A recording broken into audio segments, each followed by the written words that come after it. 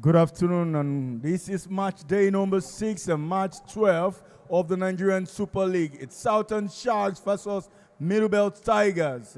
Earlier this afternoon, Ajida Basheun was at the task. Let's listen to him. We have on our hand this wonderful afternoon. I have the captain of the home team from Southern Sharks, Isaac Okwe, the captain of the away team, Middlebelt Tigers, Sulaiman Rushewe, and of course the third umpire for today, ICC Africa Level 2 umpire Temitope Oniko Ijaba. My name is Olu Ashiwanjagba. Let's get the toss going.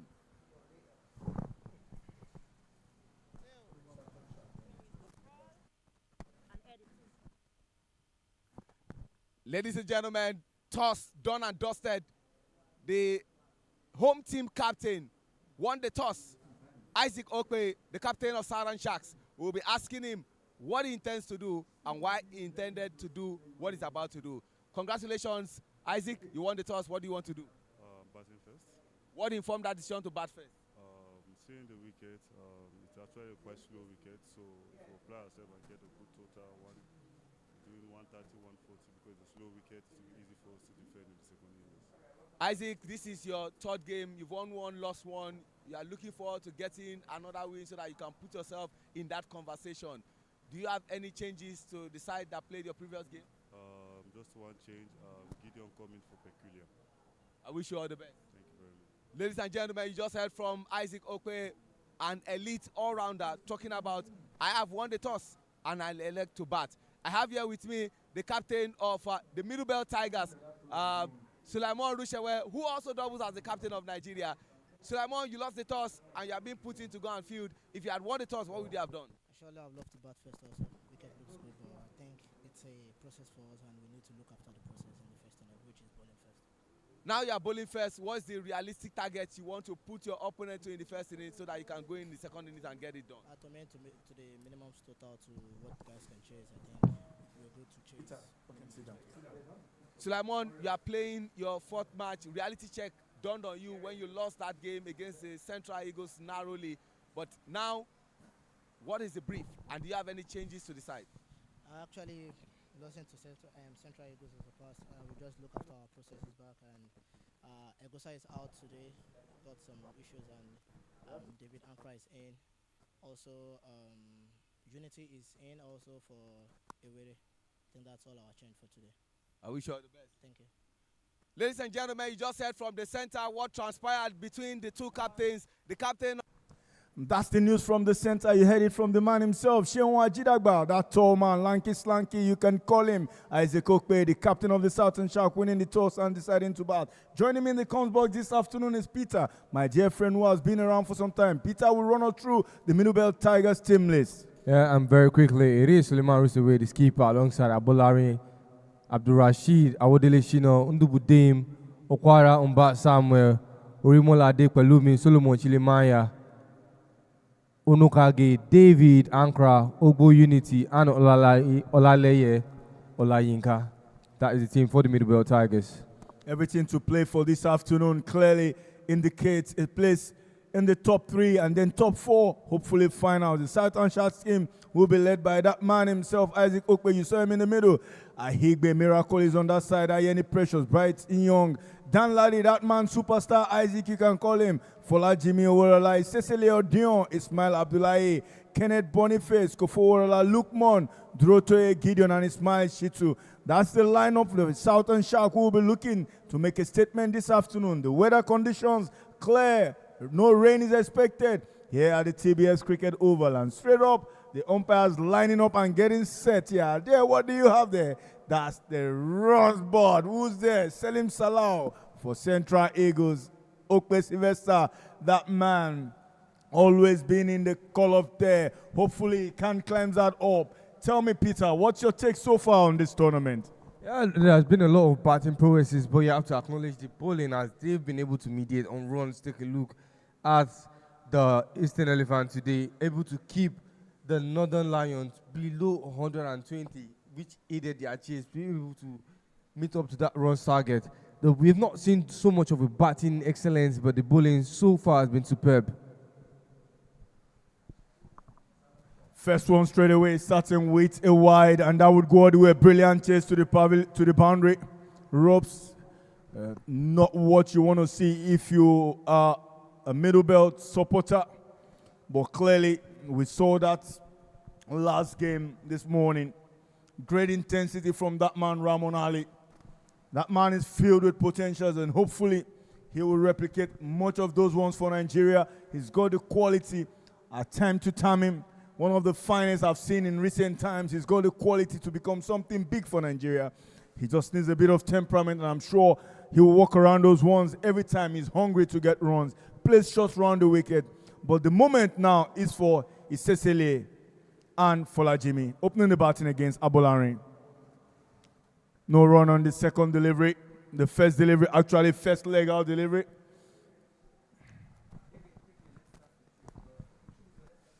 Abolarin Rashid, since coming into opening bowling for the Middlebelt Tigers, he's been very consistent, and he's been much more clinical in terms of keeping those runs at par. But sometimes he does get over the edge and gives off extras. But in terms of wicket to wicket, he is one of the most reliable bowlers for the Tigers. The man still asking a lot of questions. Abolarin, one of Nigeria's finest at the first under-19 World Cup Nigeria will be qualifying for. If you look at that squad for Southern Sharks, that man in the middle there, Isaac Danladi, Isaac Okbe, we have Miracle Ahigbe, Odion Isesele, plenty of quality in those four, and this is a T20 game. If those four could just take their time through these 20 overs, 150 runs is on the cards. However, we see clearly this bowling unit won't give you a chance and something to play for. Still struggling to get that rhythm is Abolarin. We also have Solomon Chilemaya on this side. Elochukwu Ndubudem, that spin bowler who can cause troubles anytime, any day. David Ankra for Middlebelt Tigers. That man can do damage with bats. We also have Egosa. He's a decent all-rounder. Hopefully we'll see him at some point today. He bowls those gentle, neatly out swingers. Plays his cricket for FGC Warri. They will run from that one clearly. This is a tournament of stars around the country. And to make matters interesting, there's always a carrot to play for. Nigerian men's team will be touring Namibia in the middle of June, and they'll be playing Hong Kong. 350 over cricket and 3 T20 cricket in that series. Very important. These cricketers know there's something to play for. And of course, the women's team will be heading to Quebec still in June. Plenty international cricket for Nigeria this year. Later in the year, the under-19 women's will be competing in the World Cup qualifiers. That explains why the Nigerian Cricket Federation have put this tournament together to give players across the country the opportunity to compete in such a unique environment. And the first of its kind in Nigeria is the Nigerian Super League.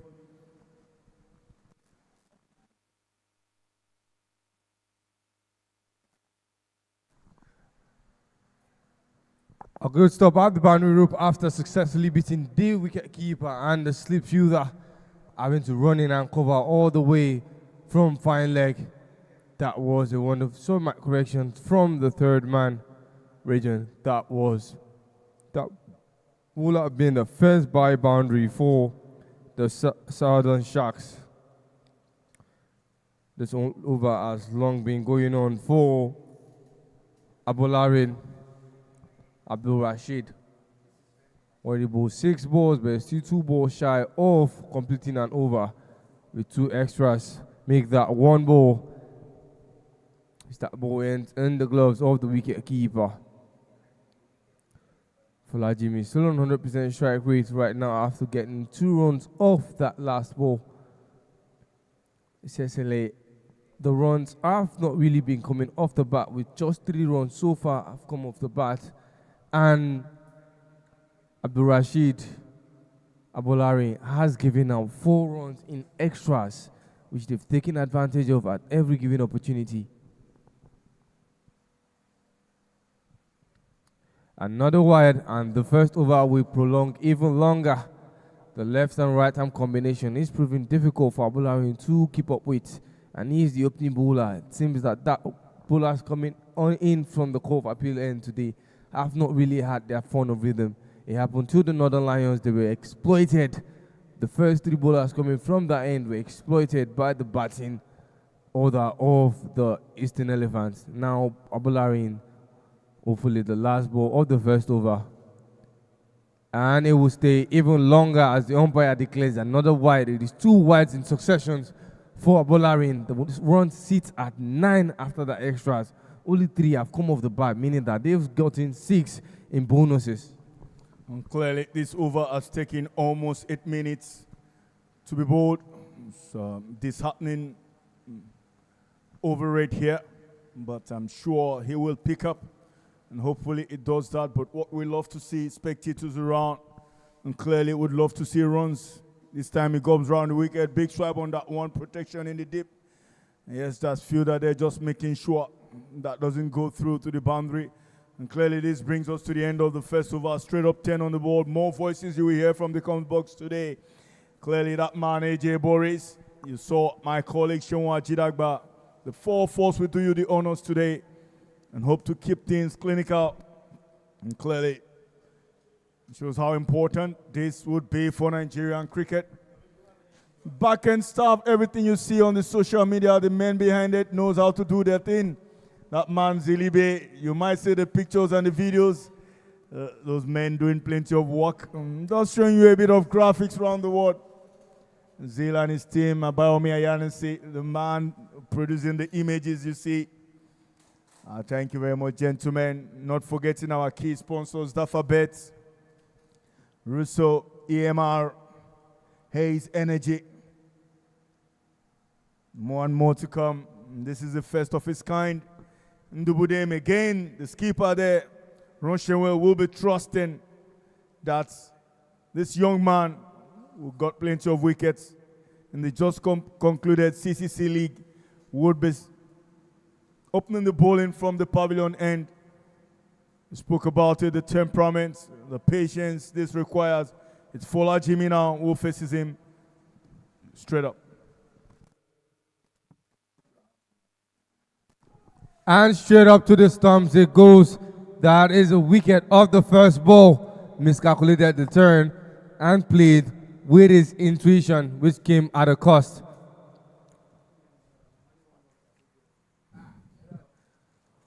A first wicket for the Middlebelt Tigers. The first wicket of the game. And it is Folaji who will go out, having not registered too many runs on the board.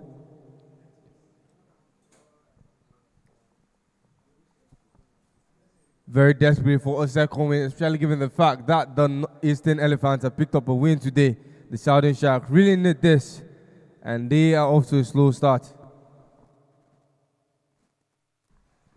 Clearly, he got into a good position, but decided to go across it instead of coming down the wicket. It's something these young batters need to understand. You're just coming in, you have to look to score in the V. Ensure to keep your scoring options early on in the first 3 overs in the V. And build those partnership running between wickets. Hopefully you can get things going. But first up, haven't seen anything of this bowler, and you'll go across it. Quite disappointing. And Folajimi will have to wait for the next game. But for now, it is Ndubudem who smiles home with 1 wicket without conceding a run from his first delivery this afternoon.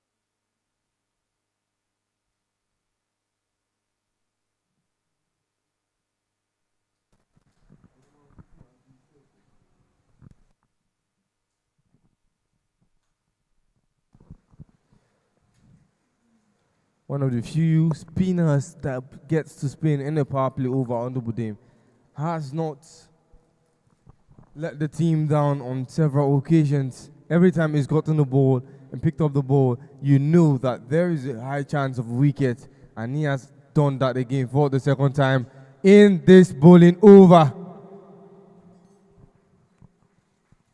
Akigbe Miracle somehow has been taken off guard, has had an excellent run of game until now. That Undubudim had the better hand. He was expecting turn on that one. Didn't really come through, but again, this is what we talk about, how batters watch the bowlers. Just look at that again. That one went through the gates. Nothing whatsoever. He was playing for the turn. You've seen him bowl a couple of deliveries up front. You should know that man is smart. He's a smart cricketer. He looks like it's going to be big for him today. He's 2 wickets down in just 1.3 overs. No run yet in this over. That man is happy. Happy moment for him. More and more, Southern Sharks in all sorts of troubles. Hopefully somebody can play the innings. Again, this is where I question decisions making about batting orders. Your best batters will be facing your best bowlers. And that man, Dan Laddie Isaac, will originally walk in and stroll in at number 3 or 4, but this time he's not. He's gone back. Maybe those 2 quick wickets, questioning his abilities. But I tell you what, if you give him time to bat, he will be able to pull something out of the plugs for you. For fans who like to see runs, I'm sorry, it's been unfortunate. That's not what you'll see today or this afternoon. But so far, just that first over has been expensive. 3 balls already in this over, no runs scored. Drew to Gideon is back in the lineup, having gotten out. The first batter to go out with a golden dog, by the way, that is Gideon.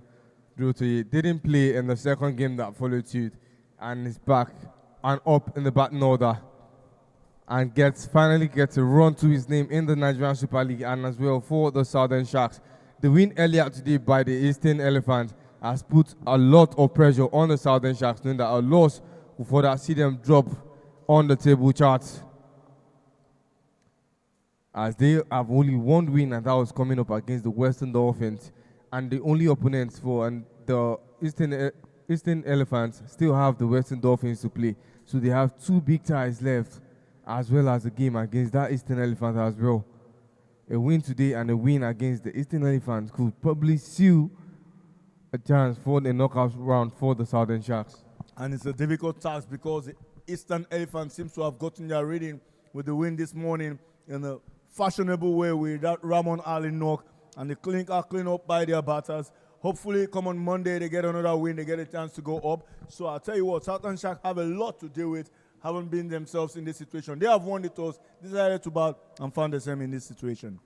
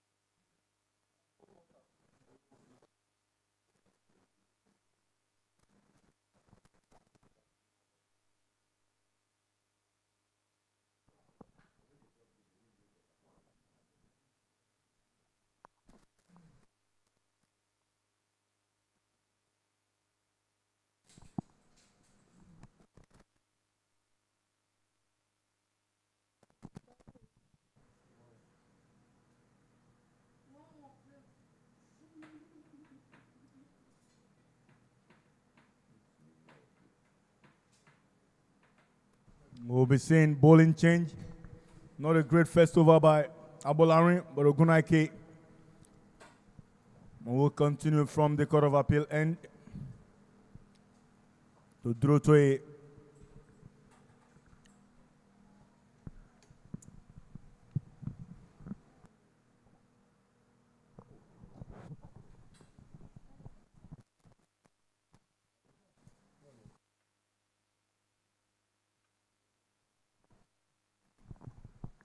And back to pace they have gone.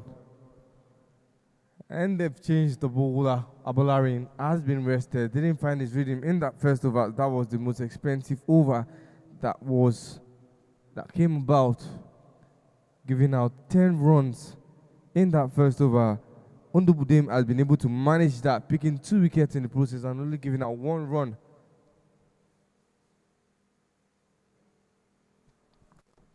Takes a big swings, missed the wicket keeper, but there was a few that in the deep, as they will only get 1 run in that stride. Gideon drew to it, takes himself off the strike immediately.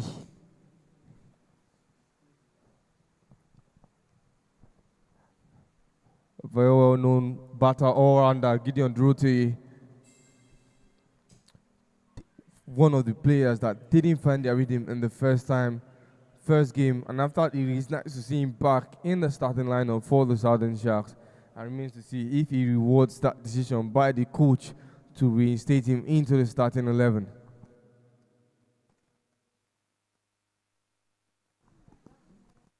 Unnecessary chase by Isesele.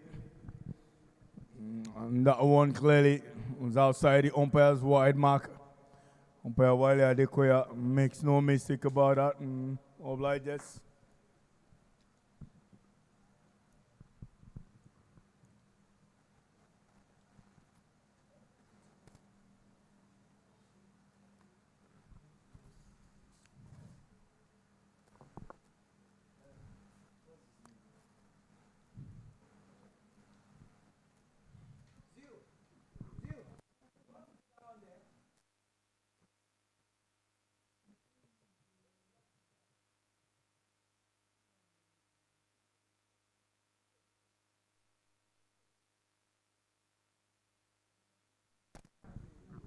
Another wide delivery.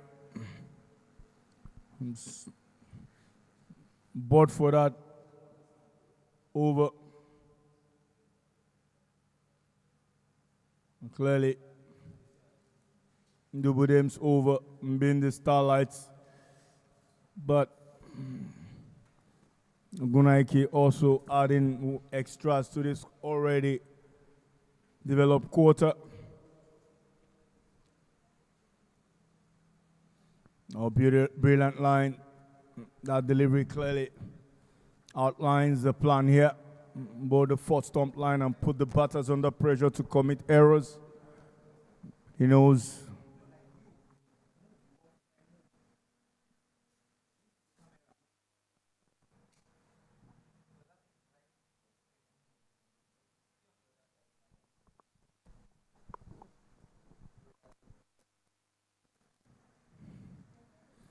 Brilliant fielding. A lot is at stake here, a place in the top 3. And everyone is playing really, really intense here, throwing their bodies at it. Ogunaiki knows he has a lot to do here to redeem the image of this Southern Shark side. As he could play under pressure, intensity is there.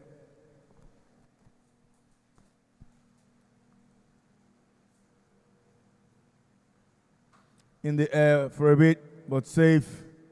Run out opportunity. And clearly, they know the opportunity was there for the take. But didn't happen this time. Gideon seems to be playing with the backhand. As that punch was similar to the caught out he had in the first game.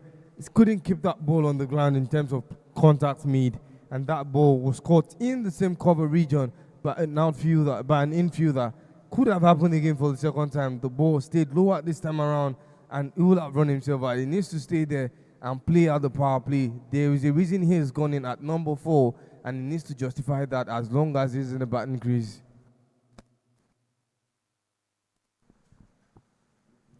Another extra. So many extras have been bowled in this inning. Look at the first game where there were only 6 extras by the Eastern Elephants, keeping those runs, forcing the Northern Lions to play with their bat, and the Northern Lions in the second inning gave only 9 extras, also making sure that the Eastern Elephant played with their bat. So far, there has been There have been 9 extras, and we're not even completed the halfway point of the power play. Not to talk about the innings.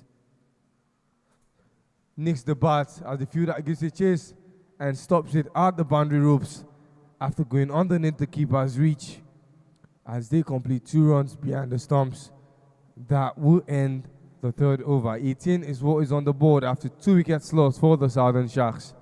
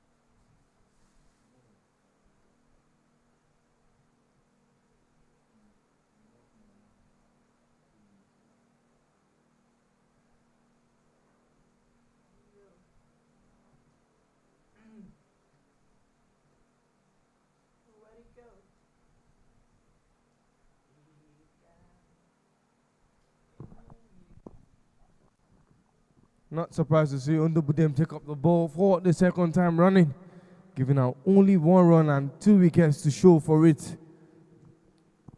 And even starts his 2nd bowling over with a dot.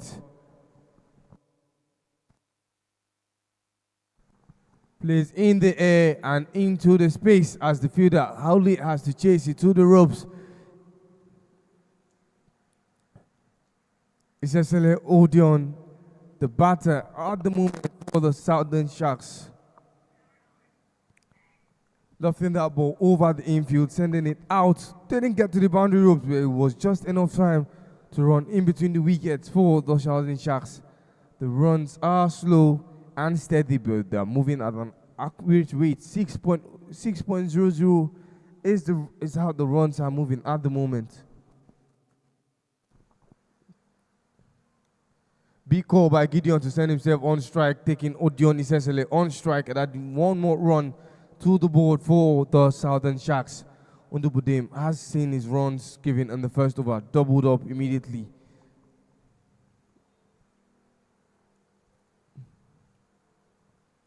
Not giving the batters any time to breathe. It's coming in almost as soon as he's going, and Gideon Drote takes himself on strike as soon as he's being put there. With that drive towards mid-on. The field setting hasn't changed much. Only 1 outfielder Undubudem has employed, putting the fielder at the long off.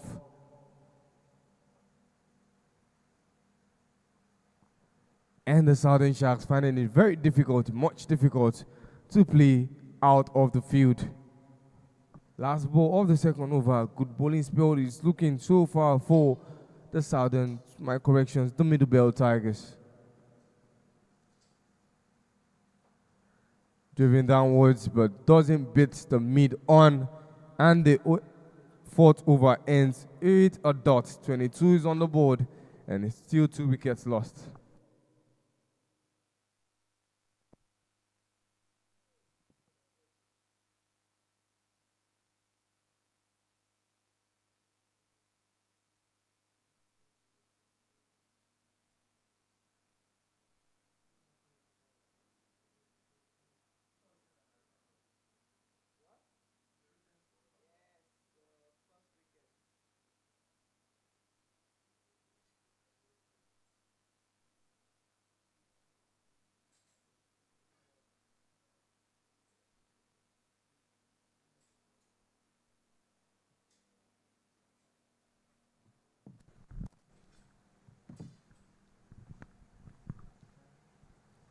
Boy, new bowler would come from the Court of Appeal end as Unity.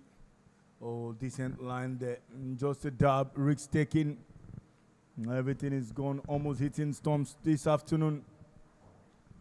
22 for 2. Now 23 for 2 from 4.1. Current run rate is 5.5.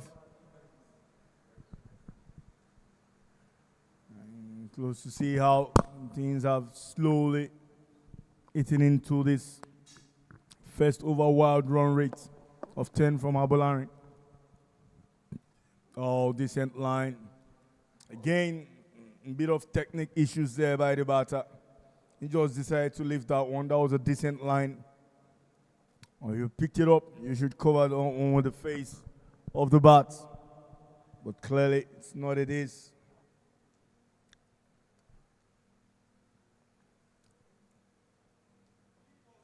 He goes big. What a way to show class. What a way to show. And clearly, the dominance here with the bats.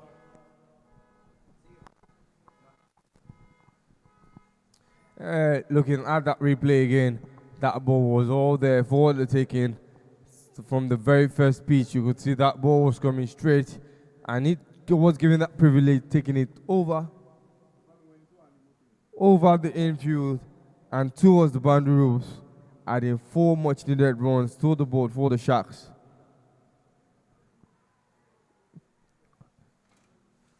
Beautifully caught by the wicket keeper. I don't know how he keeps doing that, but he certainly did. A ball that was usually well seen for going towards the boundary ropes, but this time around the keeper said nada and was there off that flick of the bat. And another wicket falls very quickly. On the replay again, that delivery is on the leg side. He loves to play that shot. Unfortunately, didn't really get hold of that one. He knows it. He's disappointed himself. And he's got the ability to sit around for a long time and do the damage. 3 wickets in the power play. I'm sure Southern Sharks now, that man, Dan Larry Isaac, the biggest of them all, strolls in. He knows it. A lot sitting on his shoulders, and he has to stand and be counted. He's got the quality. You can name it anywhere. Hopefully he gets through this quickly. Well, that man has got 15.2 overs to deal with now. It is the first time that Danladi Isaac is having to pair up with Gideon in the batting crease. That's a whole new chemistry. But if they want to have any chance of winning this game, they really need to start ticking and have a click immediately. Mind you, Danladi is the 4th highest run scorer for this team in double figures in both games. 26 against the Northern Lions, 15 against the Western Dolphins. Still yet to play a not out inning. But even if he's going to go out in this game, he needs to put as many runs on the board as possible to extend the runs, to heighten the runs gap and increase the total that will be chased coming into the second inning.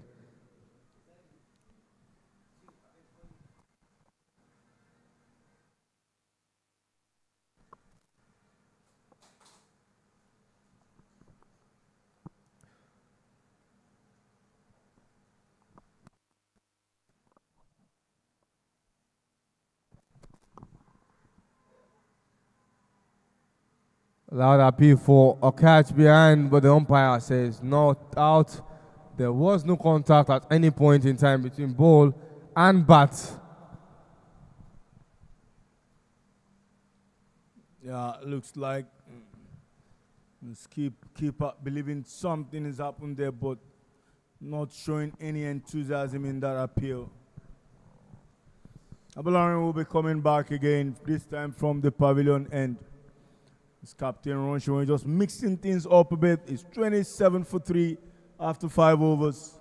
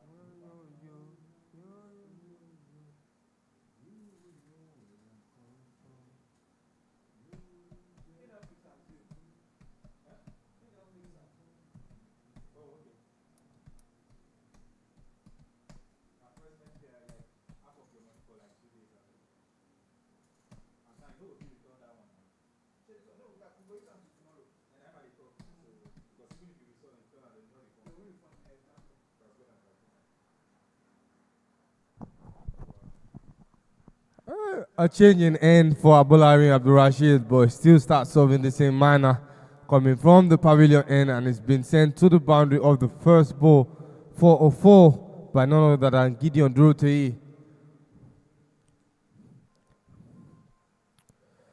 Putting that ball out of the reach, outside of the off stump, a region that Gideon is very familiar and loves to play into. A very good cutter of the bat of the ball, loves the squat shot very well, and still not afraid to take balls into cover region. Coming for the stumps, missing the bat. Wasn't paying attention, Gideon Doty. Danladi had already instigated the run. If we know Danladi very well, he loves to run in between the wickets as very often as that opportunity presents itself. That is one of the things I was talking about as regards to chemistry. They really need to build that up and take every chance as it comes.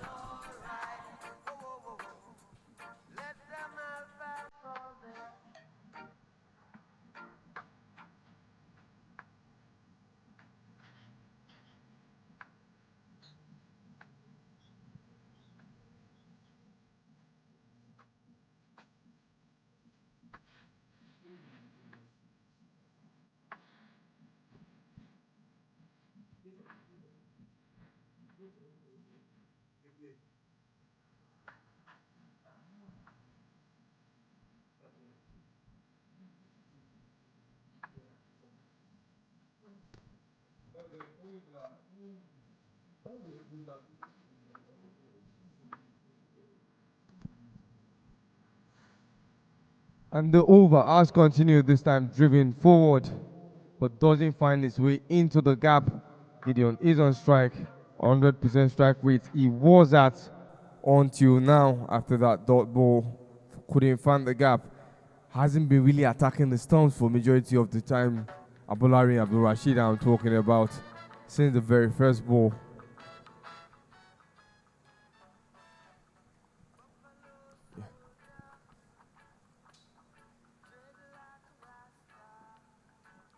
Like I said, loves to cut it, and that ball, Gideon did real justice to it.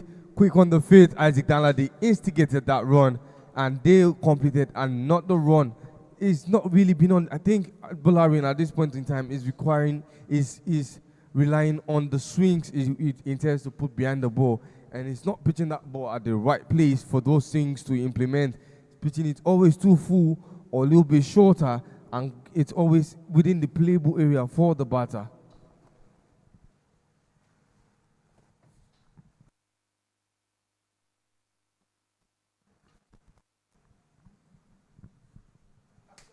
This Abolarian versus one of the finest the country has, Danladi Isaac. He knows it.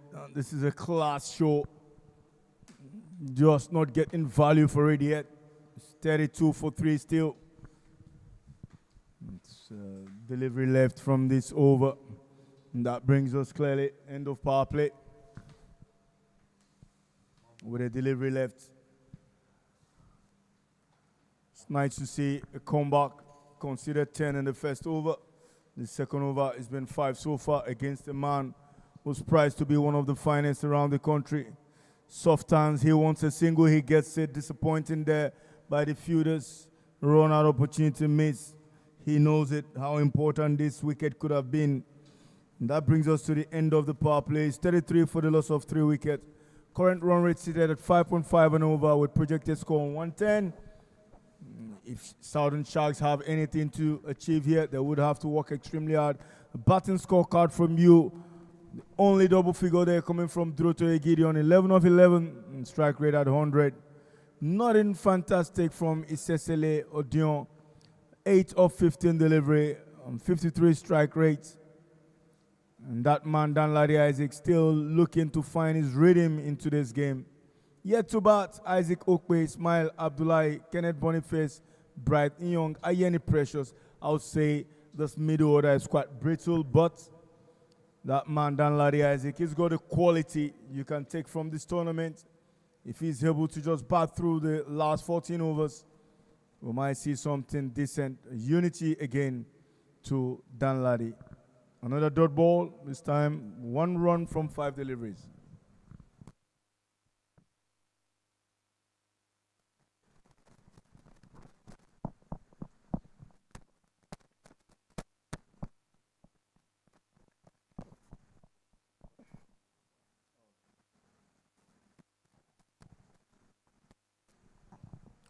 too far-fetched. As that ball was a white ball as declared by the umpire. Ball Unity needs to come back to the line and ball to the batter. The field is already set. It's been expanded after the power play has come to an end, keeping a mid-off inside and expanding with only a long on and third man. But it's the infield with the duty as the backward point fielder holds on to that ball, Ali Olayinka, making sure that ball doesn't go out of the boundary ropes and preventing one from being two. It is Gideon Durutui who will now come back on strike. A run save is a run made, that one from Elijah Olale. He knows how difficult runs come by. And so when he feels, he puts everything behind it, fielding around backward of points. Again, going across the line of that delivery. Disappointing there. Durutui just backing away slightly. Unity Ogbe asking a lot of questions on that fourth stump line. A decent, just back of a length.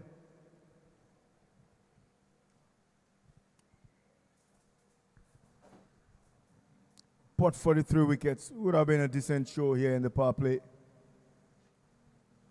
Oh, brilliant call this time.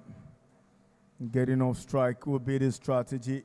Just keep rotating strike, hoping that Danladi will manage a decent partnership with Durutui. He wants a bad change there, Danladi.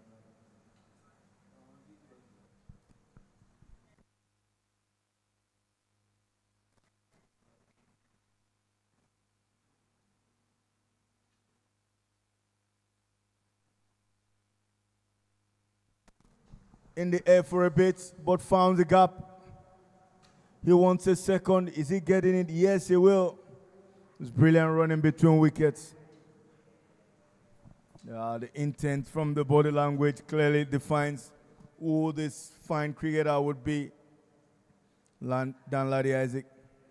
There's uppish around the cover region. And just managed to find the gap. Fielder there wasn't sharp or quick enough to make it even a half chance.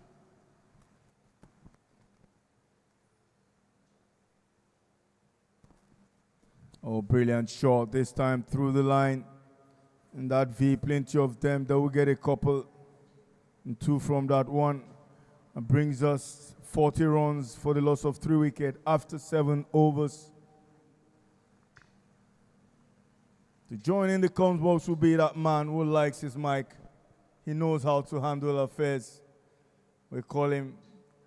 He spoke about and haven't played colored cricket or the white ball cricket, but I fancy his chances. Shenwa Jidagba, you're welcome to the comms box again this afternoon. Thank you very much, Endurance of M. Super excited to be back from what happened in the first games between the Eastern Elephants, who were due for a victory, and that victory they got, inflicting the first loss to the Northern Lions, which automatically confirms that everybody has had a taste of defeat, shows you the competitiveness of the Nigeria Super League. 6 franchises, 20 matches across 15 days, 1 venue. And by this time next week, by God's grace, God granting us good health, we shall be talking about the final of this competition, the very first edition. But back to the game itself, and one matter that bothers me, we had something good in the morning. The Northern Lions, though they lost, but they still played out that power play without losing a wicket. And when it came down to the Eastern Elephant, they only lost 1 wicket in the power play. But fast track to the game that is up for your viewing pleasure. 3 wickets have been lost. An appeal that the umpire, Wale Adekoya, who is standing as a square leg, and Taiwo Oladunjoye as the main umpire, is not interested. Peter, super excited to do this with you. And I'm super excited in seeing a catch opportunity which has been taken. Gideon, the only batter of the Southern Sharks in double figures, has gone out without adding any more runs since that over. It's been kept under pressure by the skipper of the Middlebelt Tigers, giving 3 successful dots, and he really wanted to open up and boost the runs, and it came at a cost. No run was included to the board, and the only thing that was added is the fall of wicket. Look at that ball, went off the first bounce and didn't complete that shot. That shot was hooked midway, and that ball was only going up and letting gravity do its work into the awaiting hands of the waiting fielder, Folajuwon. Ogunaike, you have to say, and in comes another batter who understands the current batter so well. They have most things in common.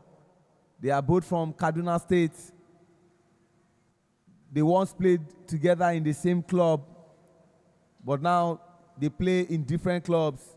One plays for the oldest and the most successful cricket club in Nigeria's history.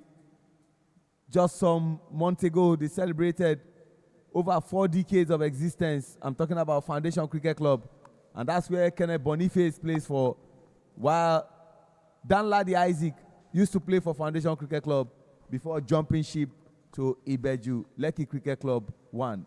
Now it's a battle of Sulaiman, the captain of the Middlebelt Tigers, versus Kenneth Boniface. They need a partnership, and they started like an house on fire. They want to do 2.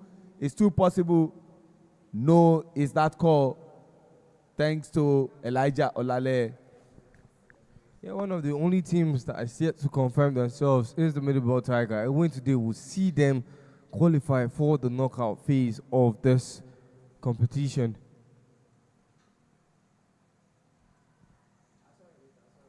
A win, like I was saying, will qualify them for the competition. And a win today will also take a little bit of an edge of the Southern Sharks. That win that the Eastern Elephants had today had put them, both teams, Southern Sharks and the Eastern Elephants, on 1 win apiece, which means that if they lose today's game, it will leave only 1 slot, and only one of them can get that slot. And I'm talking either the Eastern Elephants or the Southern Sharks. So the Southern Sharks need this win today to keep both slots open, which means that it will be an open field play between the Middlebelt Tigers, the Southern Sharks, and as well as the Eastern Elephants. And it will be a matter of who can add more wins to the table or based off of net run rate. Middlebelt Tigers are into their 4th game, but Southern Sharks have played 1 less. Yesterday they were supposed to play. Yesterday against the Western Dolphins, but heavens opened up. The reason that game could not be played, and the game has now been moved to Monday, and we hope that this kind of weather that is good for cricket is what we will experience come Monday by God's grace. They want to do 2, but just 1 is the call. Coming from the Court of Appeal end,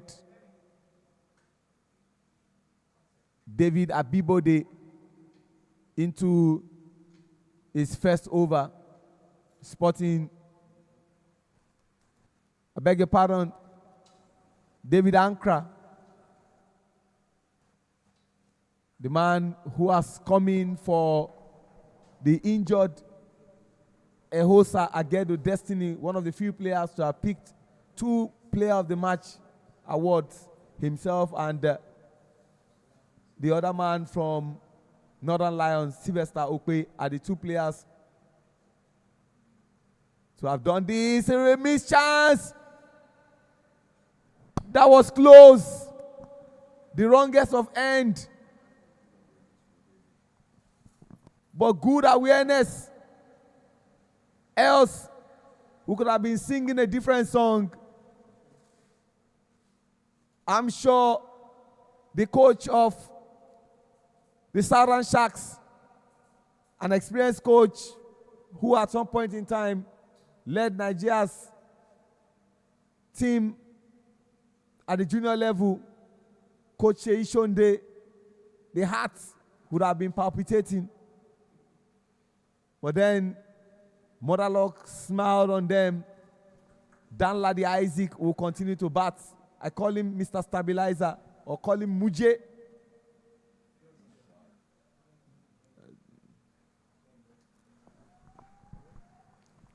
Not giving any rooms for gaps. The spin is working and they decided to stick with it. Yesterday, there was a little bit in this decision in error by the Western Dolphins where they kept on to pace, and that really cost them the game yesterday against the Central Eagles. If they had, because the runs were reducing when the spinners were employed. 2 spinners were employed and the runs plummeted. The moment those spinners were taken off, the runs skyrocketed again, and it was very difficult for them chasing going into the second innings of the game. Spinners have been the most determining factor in games and in terms of keeping runs at bay. They have been doing their jobs excellently. After 9 overs, the Southern Sharks are 44 for 4. And for those of you who understand your figure of speech very well, they say 4-4-4 is a metaphor. And the current run rate, 4.89. The projected score is 98. That is less than 100. They will want to increase the run rate. And we are into that last over that will get us into the drinks break, where players, officials who get to have water into their system, and the commentators too also need such. Can they do 2? 2 is what the call is, and they run as briskly as possible. The rule is still the rule. They say the first run, you have to be very quick. And that's what Danladi Isaac have done. They are doing everything humanly possible. 1, to keep their wickets. 2, to form a partnership. And 3, to score runs. And I mean considerable number of runs that they can defend in the second innings.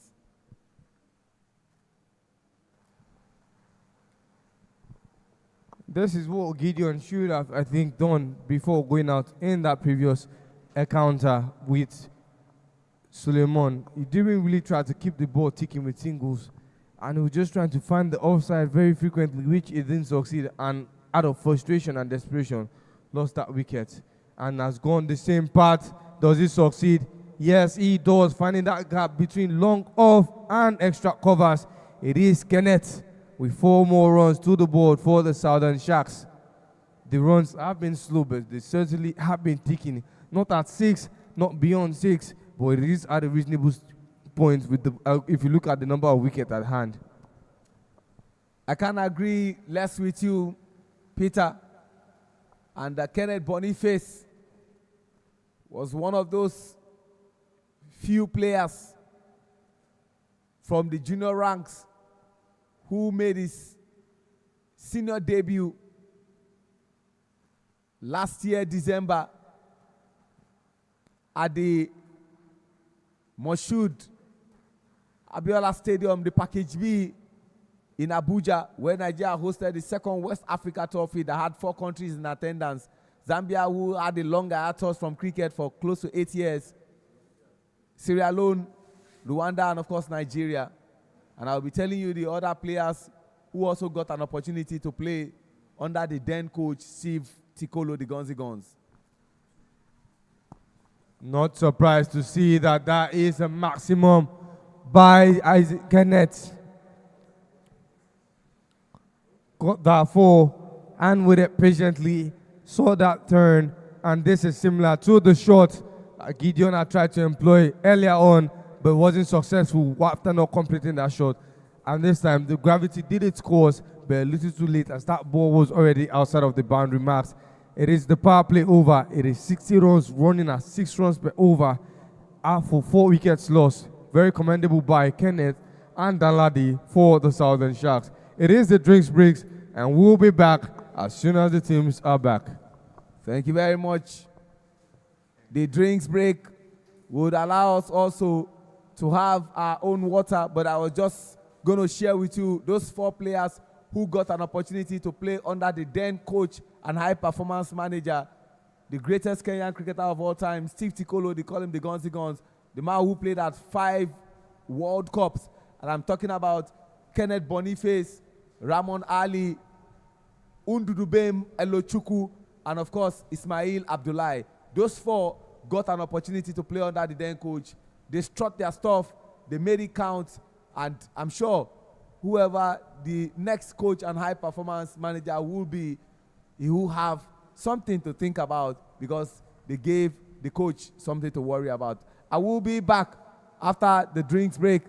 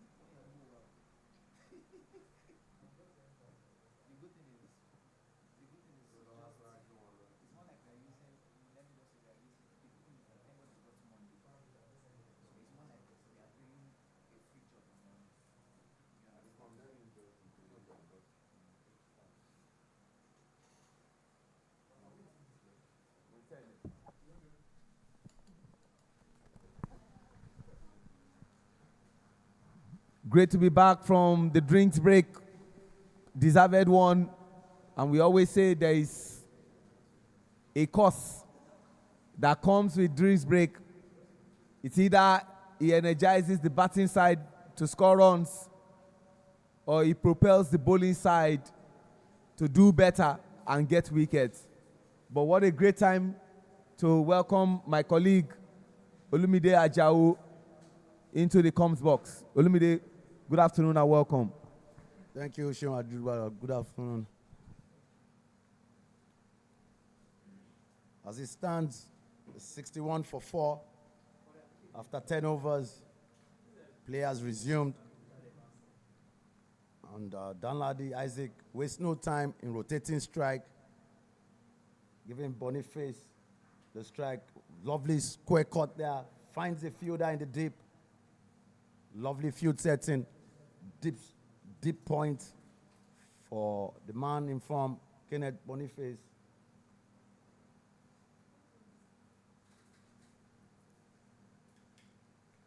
And David Ankra continues from the cut of appeal end.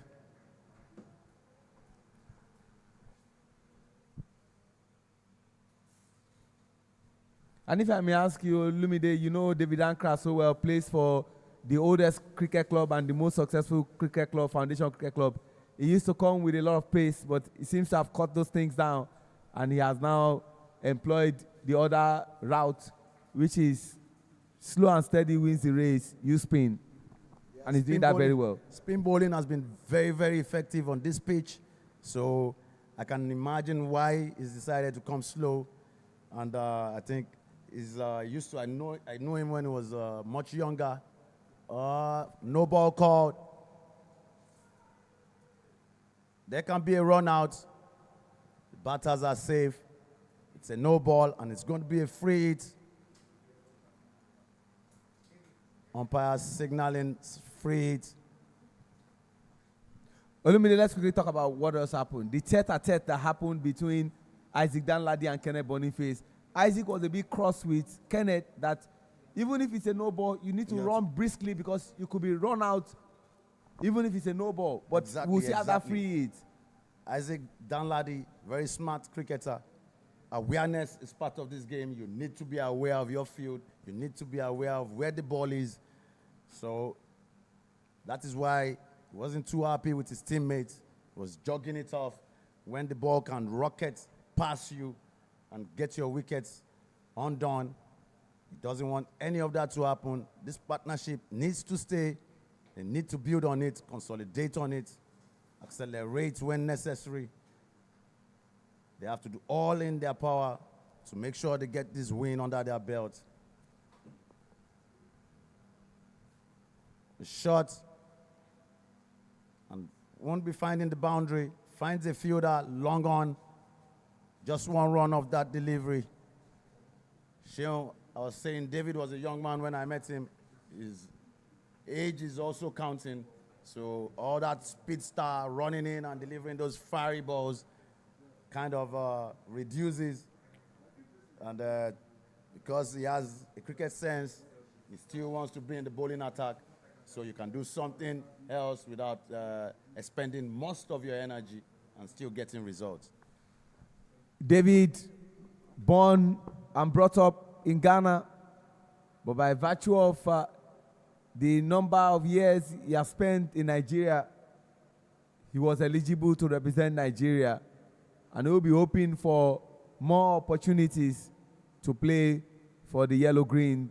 But after 11 overs, they are on 66 for 4, and I'm sure that even Captain Isaac Okwe, who is yet to bat, will be hoping that this duo can bat till the end, and they bat till the end, they will have considerable number of runs that they can work with. Looks more like a sloppy fielding there from Unity Ogboe. Yeah, fumbling on that ball a couple of times, but lucky him, batters could only get one run from all that. They say you're pressing the piano when you fumble like that. Oh, and again, pressure on that fielder, taking him on.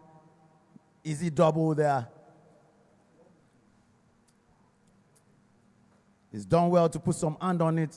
That was like a flash. He's put some hand on it, stopping it from getting that projectile to the boundary.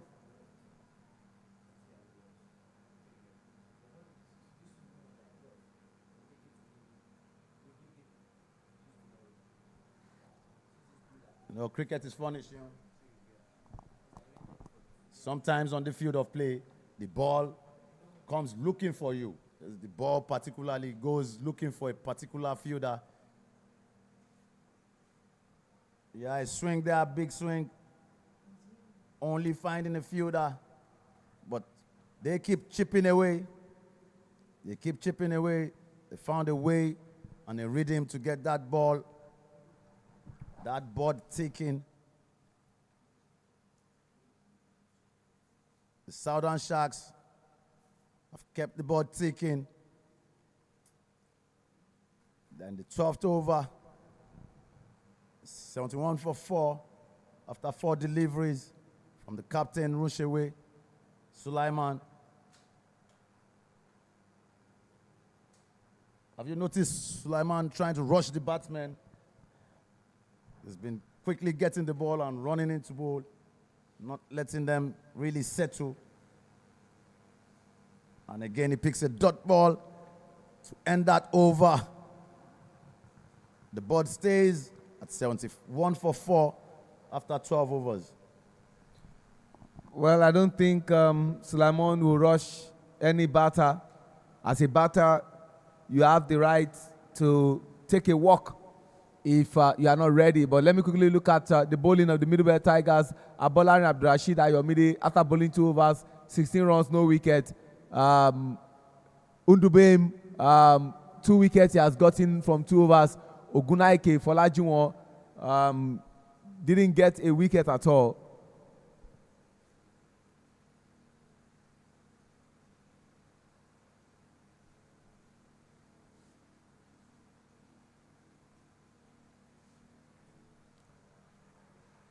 He gives it a chase, but effort in futility for Lajuwon Ogunaike. All effort only ended in him picking that ball at the boundary. Nice attempt there from Kenneth Boniface. Elijah Olale couldn't do nothing about it. Same as for Lajuwon Ogunaike. Kenneth Boniface taking the bull by the horn. He's been fearless. He's gotten 25 runs off just 15 deliveries. And it goes aerial again. Does it cross the boundary rope? No, drops short of the boundary rope. 4 runs there. Like I was just saying, Kenneth Boniface is taking the attack to this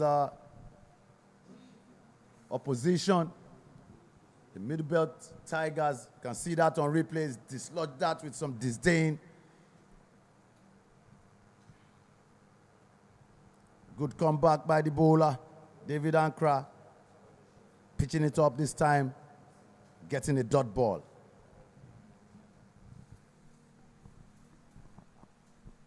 The other game, we saw a battle of the terrestrial where they fought on land, the elephant versus the tiger. But for us to have a balance, when the shark faces the tiger, it's a battle of amphibian and terrestrial, but there must be a middle ground where the two of them will fight. And that middle ground is the Tafawa Balewa Kedover, where these two are currently playing. Nice one there, Sheon. Some humor in there. Really, the elephants today trampled like they are supposed to. Came out and got a win under their belt. A much deserved win. But here we are. This game between the Southern Sharks and the Middle Belt Tigers. 13 overs gone. It's 81 for 4. Kenneth Boniface standing tall with 30 runs off 19 deliveries. Danladi Isaac, 15 runs off 22 deliveries. The current run rate sits at 6.23 runs per over. Projected score 125. 7 more overs to go, and that meant 42 good deliveries to be bowled. The captain again takes responsibility. Sulaiman Rushewe coming from the pavilion end, bowling to his teammates at club level. They know themselves very well. Sulaiman used to play for Highland Titans Cricket Club before going to Ibejude Cricket Club, a place where he has been before. No problem for him. Cut away. There, shot. Great shot by Danladi Isaac. Trademark cut shot by him. He's played that with some venom. Weight on offer. The first ball was pitched up, and this one was short of that mark. And he pounces on it and whips it. Finds that beautiful gap around that cover area. Gets 4 for that. It's good to see this partnership thrive. We've had a lot of partnership that got starts but couldn't really complement. At the time that we start to give them praises, they get partnerships broken and pressure mounts back onto the batting side. But not this time.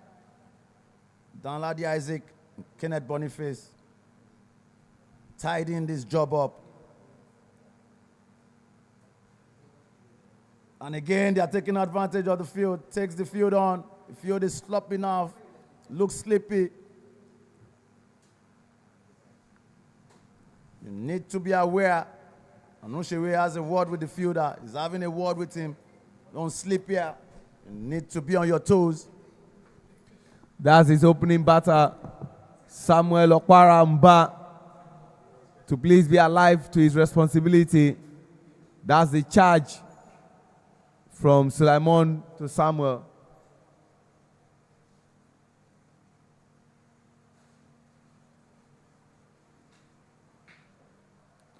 Everybody likes partnership. Nobody wants a partnership that works to be broken. But in this game called cricket, the opposing side would do all they can to break a partnership and see that the partnership does not work.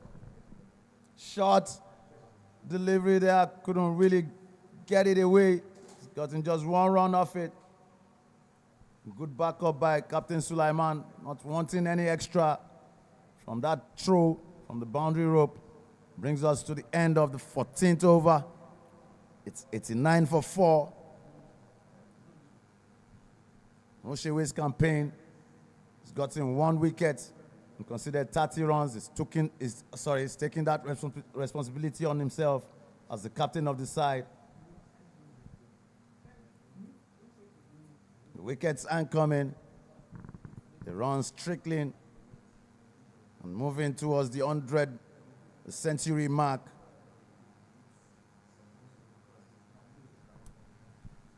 Captain again calls on Dubem.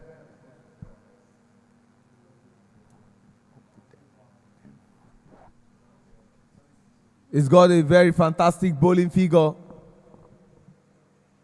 Undubudem Elochukwu, one of those few youngsters who got an opportunity to play in Abuja and was very impressive with the ball.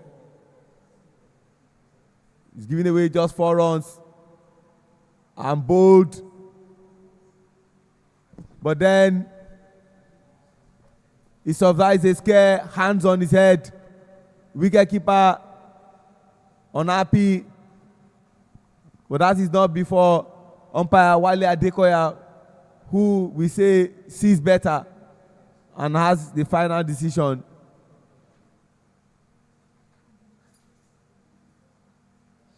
Two wickets he has to his credit and 4 runs given away.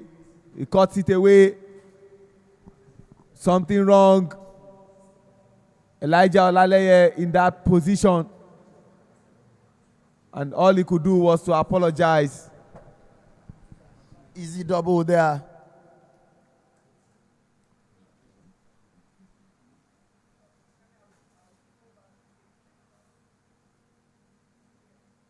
Dubem to continue his third delivery.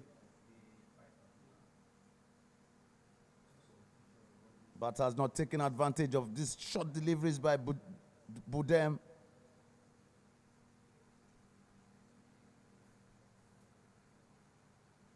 He's picked up 2 dot balls. Picked this one up. Drops short of the man, long gone. Tempting these batters to play in the air. Didn't quite get a hold of that ball. Mr. Boniface has played some big 6s here today.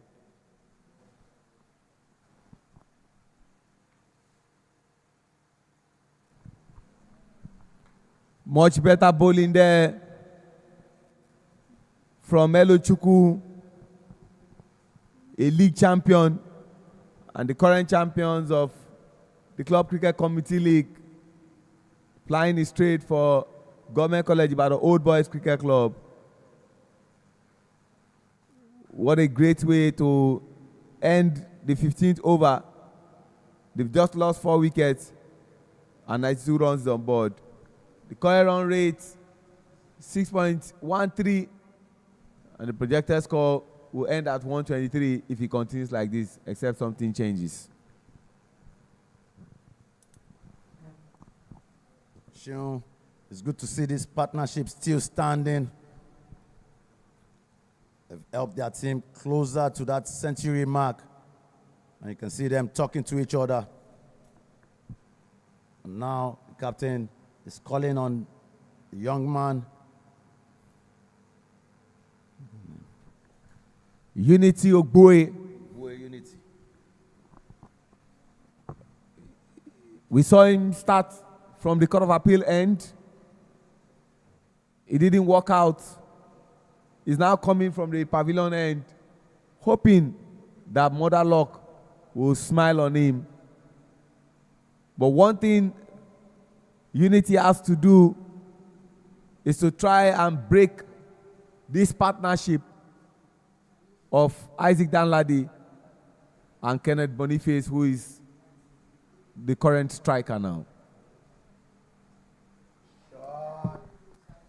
Very lovely shot there. He's cut that one away beautifully into the gaps. Kenneth Boniface standing strong. You can see that on replay. Got some venom in it. And before any fielder could move, ball races into the boundary for a 4. It's 96 for 4. Unity has to do something special here. And he's picked him up for a maximum. Kenneth Boniface going strong and hard. He's got the distance, he's got the height, he's got the maximum. See that again on replay. And I look at the way he scooped that shot. It reminds me of the originator of that shot, the opening batter of Sri Lanka, Tikaratnil Dilshan. The reason they gave that shot, Dil scoop. He flicked. He just scooped it, and immediately it was not. The ball wasn't threatening his pad, not threatening his thumbs. And in 2 balls, I thought Unity was going to unite his teammates to celebrate, but rather it is the team that is batting that are getting united. 3 balls he has bowled, 11 runs. This is gradually becoming an expensive over. And I was going to ask you that you look at this team, the Saran Sharks, they still have 6 wickets to play with. They can tell these 2 guys, now let's get explosive, but more importantly, having to be responsible batting. Yes, Sean. You can see they've been responsible. They're 2 set batters, Sean. They've been there for a while. They've turned out the sun, and they've been calm. They've held their nerves, and by now they should explode. You can see Kenneth is on 46 off 28 balls. That's some massive strike rate there. And you can see Danladi also closing up the gap between ball and run. It's 22 off 29 balls. You see these guys have a game plan. And if you look at the scorecard, we're already in the 16th over. There's no reason why they shouldn't step on gas now. They're above the 100 mark. They should add as much as they can so that they have a good total to be able to come back in the second inning and take this game away from the Middle Belt Tigers. Well, I will tell you something,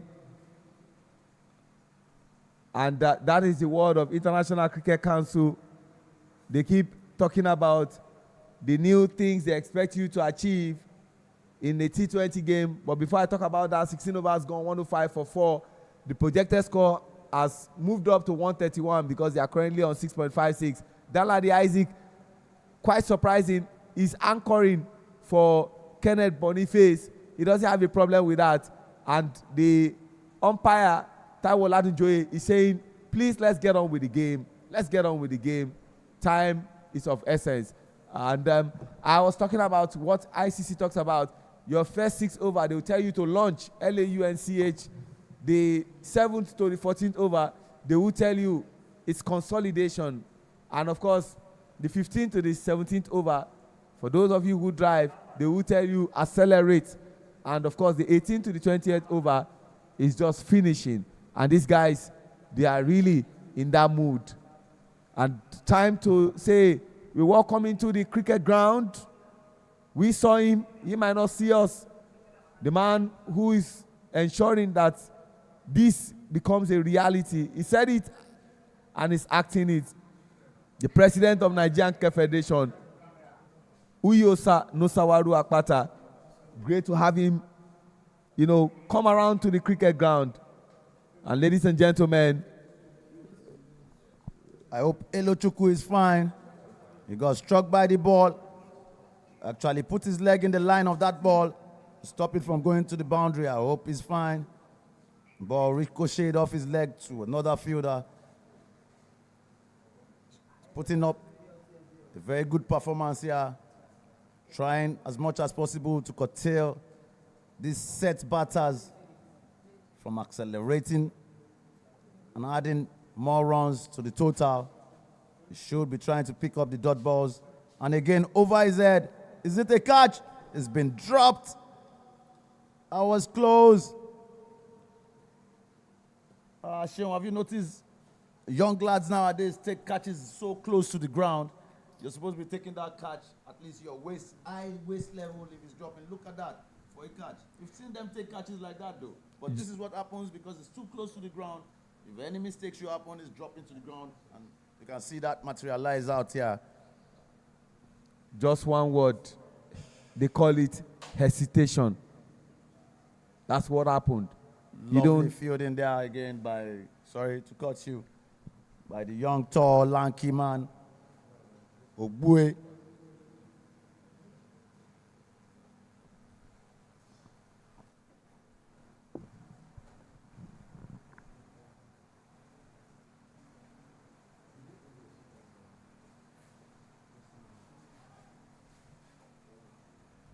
Oh, what a lovely fielding effort there by Shino.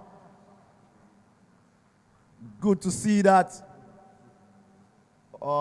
Really good effort to stop that ball from crossing the boundary ropes.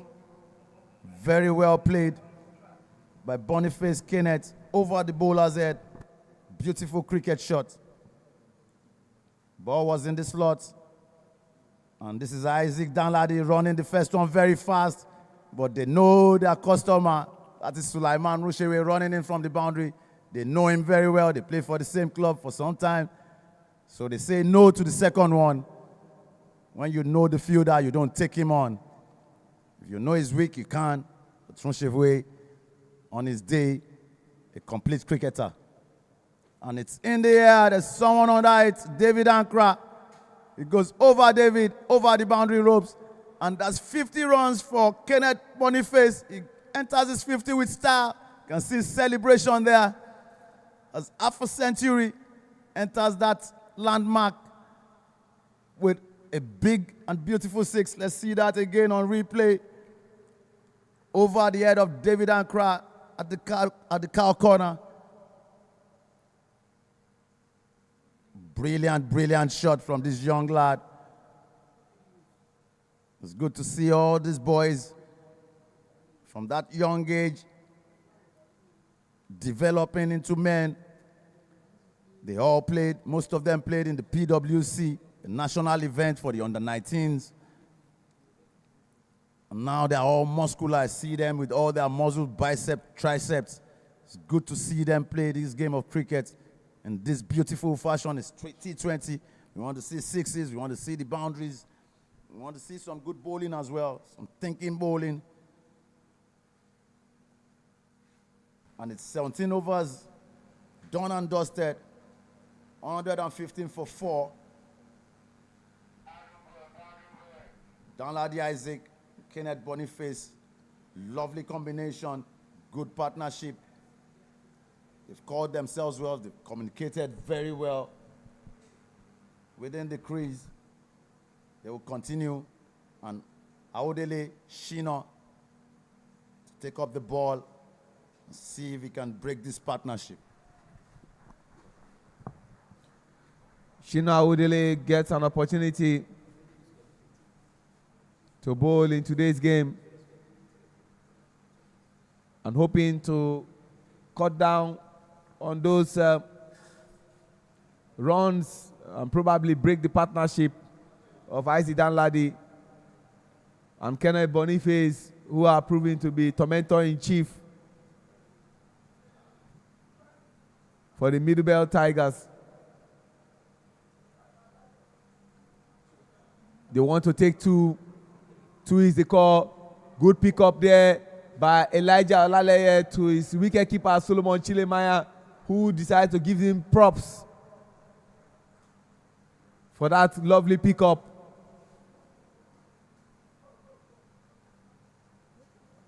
And will there be an opportunity for Danladi Isaac to join Kenneth Boniface in class 50?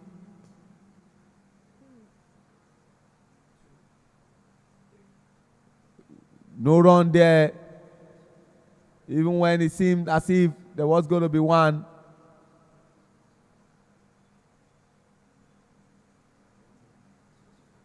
Into the 18th over. Final game for today.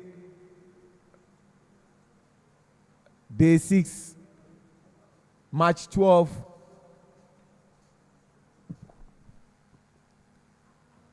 And ladies and gentlemen, Shina Awodele gets the better of Kenneth Boniface, having the last laugh that I wish I was the one who had come on much earlier.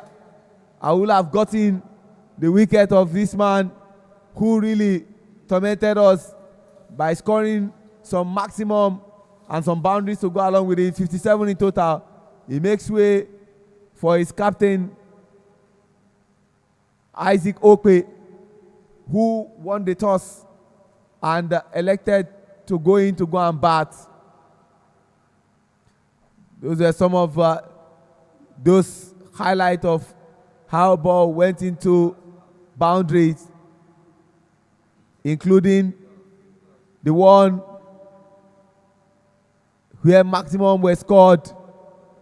Some of the highlights of Kenneth Boniface, who took this team from where they are to where they are currently is now.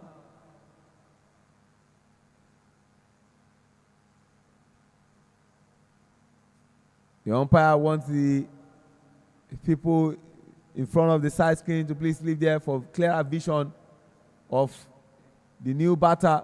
They want to do two. Can they? Folajuwon allows them to do two. And here comes another Kaduna partnership. Kenneth Boniface plays for Kaduna State. Isaac Danladi plays for Kaduna State. Isaac Okwe also plays for Kaduna State. Two Isaacs. Yeah, no wonder they combined for a splendid amount of time there. They spent time together. They've been playing together as young men for the Kaduna State cricket team. No wonder they were so in sync at the middle. Running between wickets looked so easy. Good to see. Brings us to the end of the 18th over. It's 121 for 5. The current run rate sits at 6.72. And the projected score, if it stays like this, would be 134 runs.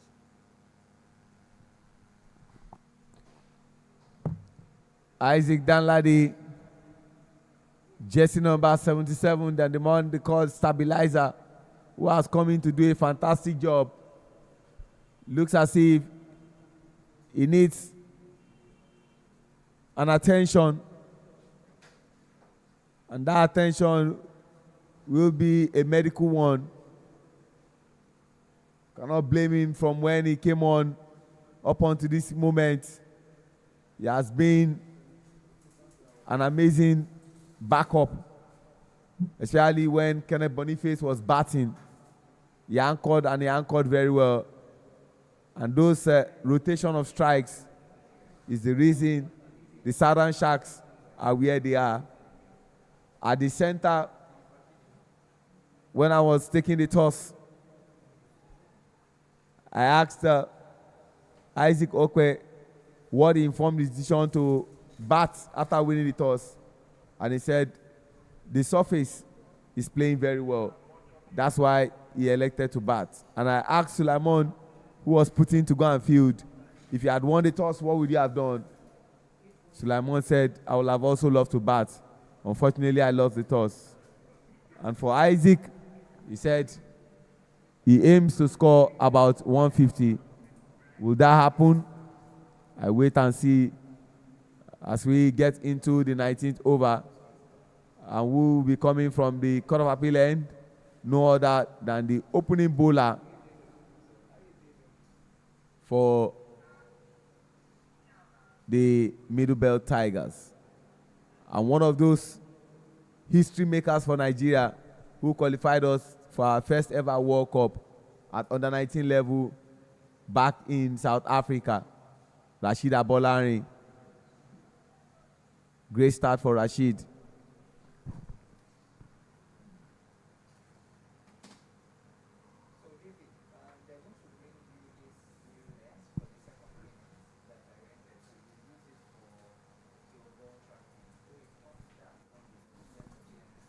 It's Captain Isaac Okwe. Continue at the middle. He's joined Danladi Isaac. And hopefully, they would like to finish this game together. Beautiful strike there. Lovely cover drive. You waste no time. Captain driving that with some power. He's gotten 4 from it. I'm sure he knows what's expected. You can see that again on replay. Okay, this has some highlights. That's Boniface that powered 6 over mid-wicket.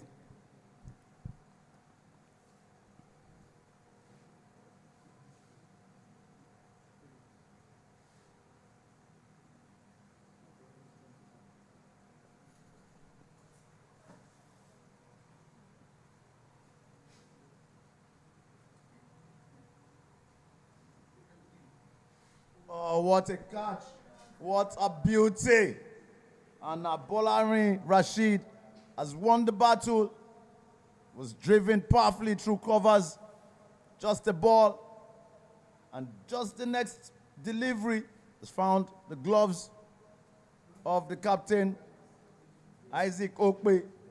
And what a take by the wicketkeeper. What a take. Brilliant diving attempt. Let's see that again. Brilliant, spot-on delivery. Look at that for a catch. Oh, lovely, lovely. Say nothing less about another opening batter for Nigeria, as well as opening batter for his state, Edo State.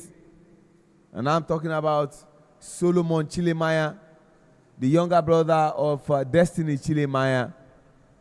Very good at his craft.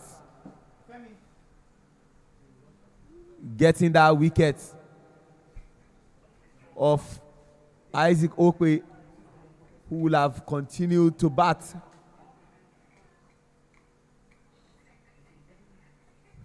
But Rashid Abolari, in conjunction with his wicketkeeper, ensured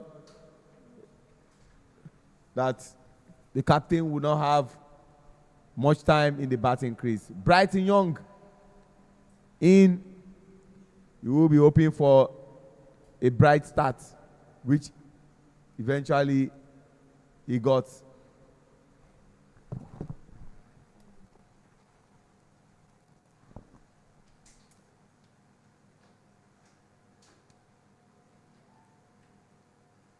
The Middle Belt Tigers playing the game of their life. The game with a few more balls left in this game. They want to be as tidy as possible. Abolari Rashid running in. And a tricky one there. Tried to scoop that ball. Oh, it's been fumbled. An extra run's been taken. Played some creative shots there. Didn't really go the extra mile. Was within the circle. But that throw became an overthrow, trying to shy at the wicket. And they could get one extra run from there. You don't want to give them anything extra. Not sure Rashid was happy with that extra run.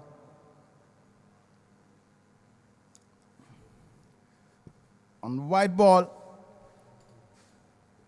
we saw Rashid bowl about 5 white balls in an attempt to bowl the last ball of that other over that claimed to be very expensive.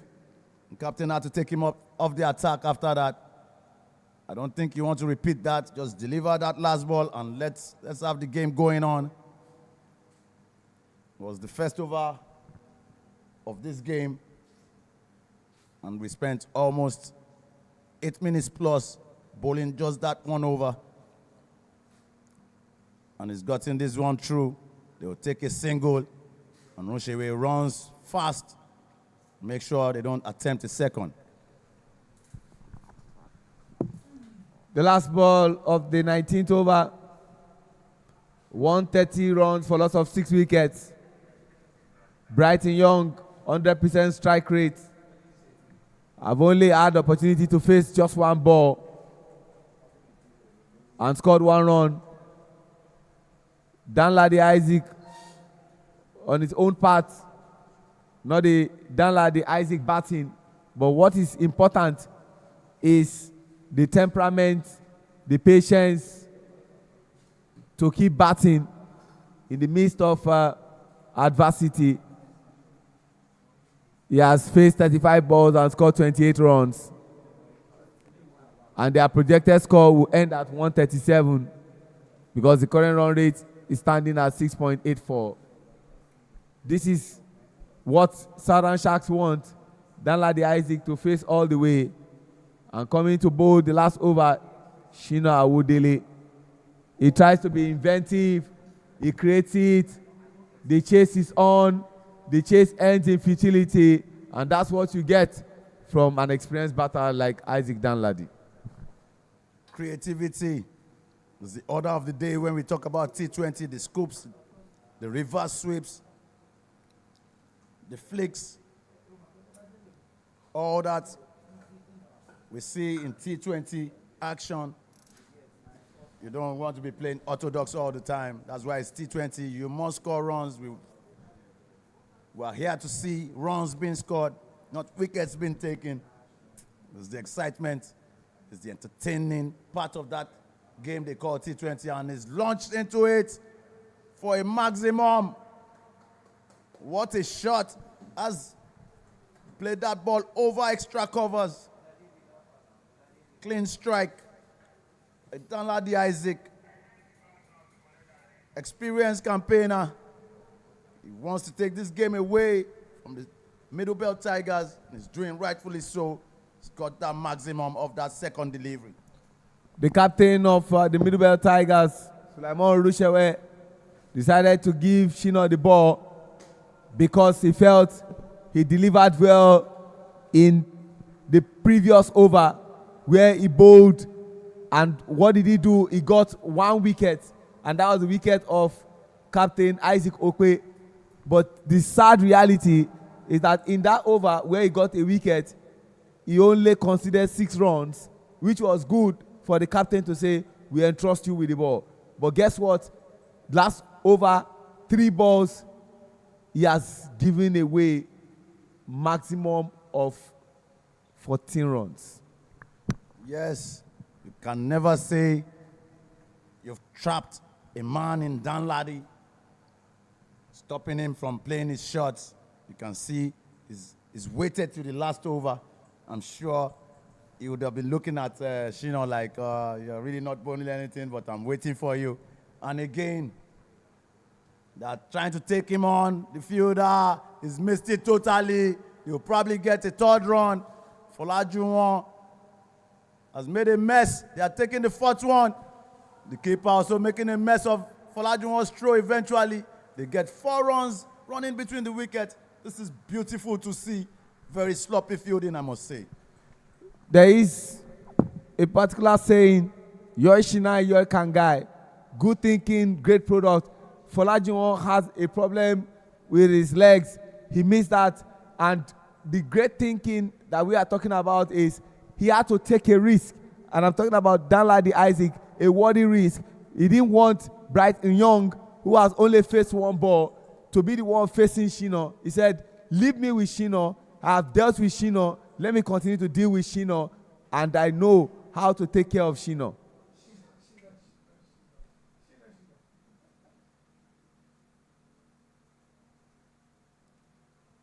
Again, another scoop from Danladi's bat.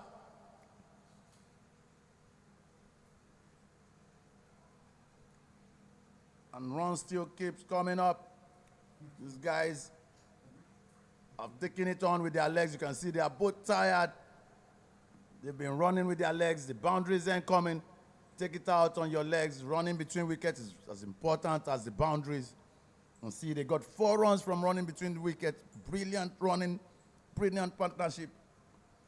Communication on top. But one sad thing is that Danladi Isaac might not score a 50. Yes, because he will leave on 49. And the reason is very simple. This was an expensive over. Let me tell you what happened in this over. 4, 6, 4, 4, 3, 1. What a number. First ball 4, second one 6, third 4, fourth 4, fifth 3, and last ball 1 run. And that's why we have 152 for loss of 6. You can imagine Awodele Shino 6 runs in his first ball. But the last one, that's how it all started. 4 runs. See the dialing. 4. The next one will be 6. Maximum. Was he trying to call you? This number you're calling The looks next like one. your phone number. 4. They ran 4 for this. They ran 4 because I know what I was talking about. They ran 4. This is the third ball. And they did that 4. It was going to be a run out, but missed opportunity. This one, 3 runs was what they got from this one. They got 3 runs. And the last ball, you see the fumbling there. And he would have loved to face, but he got that opportunity. And the last ball, just 1 run. And that was how everything ended. It's going to be tough, but this is what we love. And that's why we love the Nigeria Super League. What a game we have on our hands. They have 153 runs to score in that allotted 20 overs. Let me give you how the match summary looks like. They eventually got what the captain of Southern Sharks want. Kenneth Boniface, 57 runs from 36 balls. Danladi Isaac, 49 runs from 40 balls. Durotoye Gideon, 12 runs from 17 balls. And of course, for the Middlebelt Tigers, Undubudem Elochukwu, 2 wickets for 17 runs in 4 overs. Abalarin Rashid, 1 wicket for 25 runs in 3 overs. Ogbe Unity, 1 wicket for 25 runs in 3 overs. And that's the match summary of what happened in the first innings. We'll be back for the second innings. Big shout out to you all.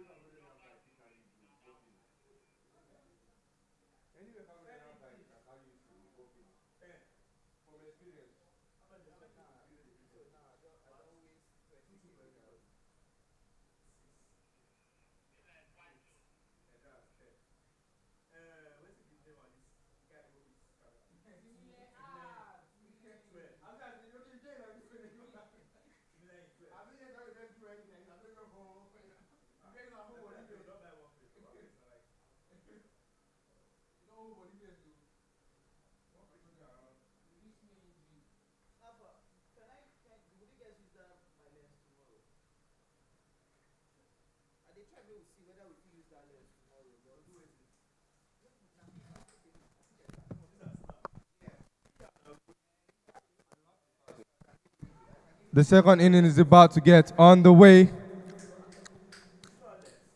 Ruseway outside to open the batting alongside Solomon Chilimaya. And they have started off the first ball with a run. Mind you, they will be chasing 152. And they've already gotten 2 off of that. They need the 153, and they've gotten 2 off of that due to error in fielding. First ball, 1 run has turned to 2. as the Middlebelt Tigers are looking for that much needed victory to put them in the playoff spot, while the Southern Sharks need this to keep their hopes alive.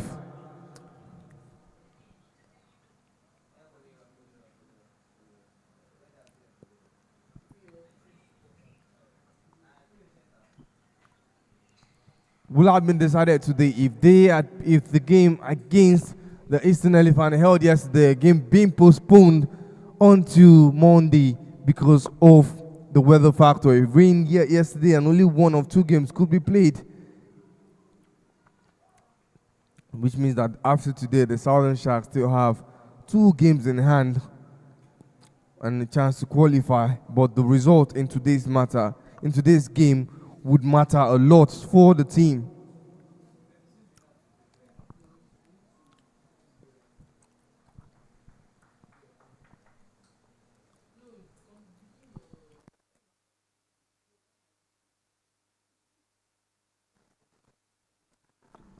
And already a wicket of Suleiman Rusewe.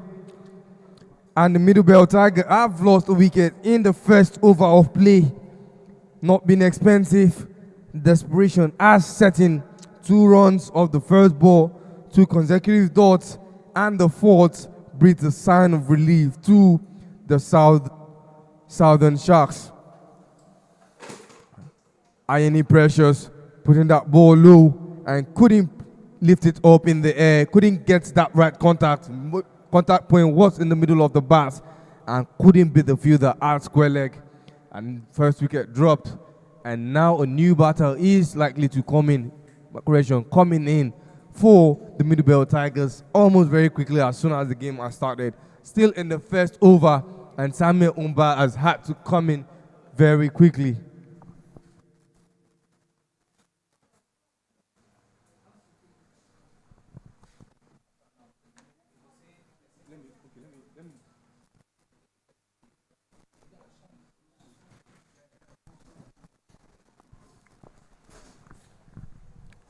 Not the way that the Middlebelt Tigers would have wanted to start, losing their captain just within the first over of the game. Square cut shot, found the gap. Fielder right there, but can't cut that out. But it is what they want to have. And that is the first boundary that they will be having in this innings. As with that boundary, it takes the side a bit much closer, but they have a tall order because it's 151 in 116 balls, as it's going to be 6 for 1 in just 0.5 overs. Yeah, knew what he was doing there, Samuel Umba. As soon as that ball went off the bat, he didn't bother going for a run. He knew that ball had beat the infielder, and he knew there was no way the outfield was getting it. And hence the first over with a dot. A wicket has already been lost as the runs sit at 6 for the loss of 1. Captain Suleiman Rusewe, the unlucky batter. 2 have gone out after getting caught in the square leg region. And there you have again a few highlights of the first 6 balls that was bowled. That was the wicket of Suleiman Rusewe, hitting that up high. Didn't have that much connection and elevation that he wanted.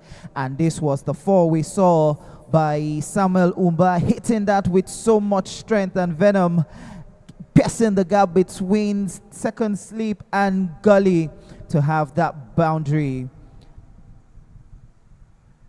Ismail will be bowling from the pavilion end.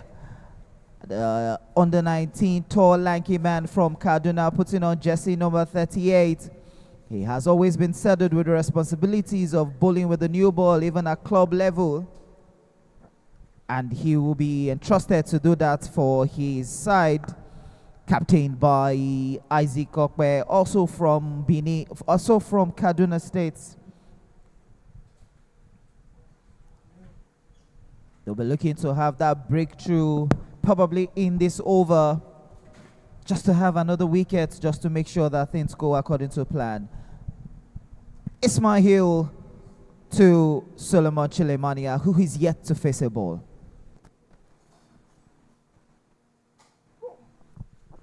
Hits on the ground towards short fine leg. It's going to be lucky to have gotten a single with that.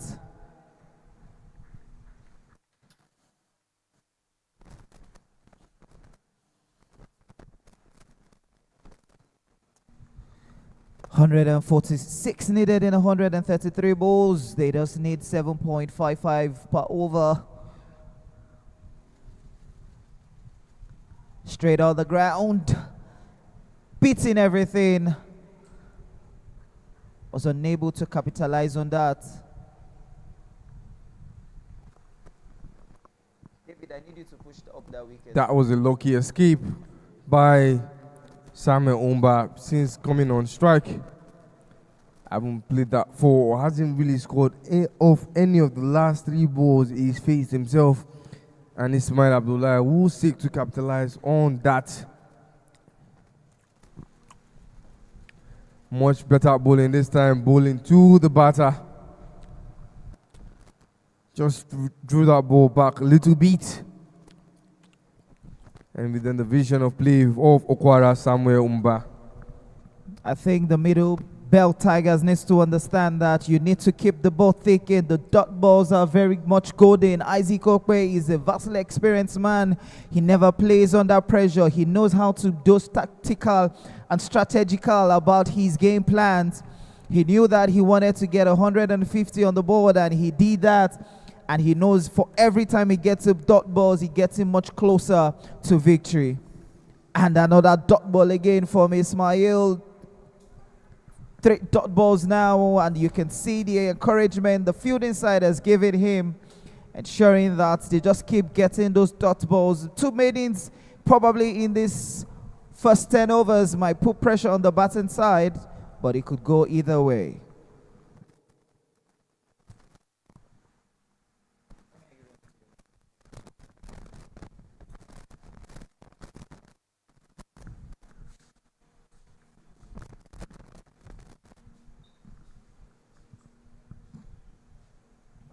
Full this time, and they're trying to take a single off that. They know they need to get the ball ticking, and Solomon Chilemaya had to take that risk by taking that call, and a single has been taken.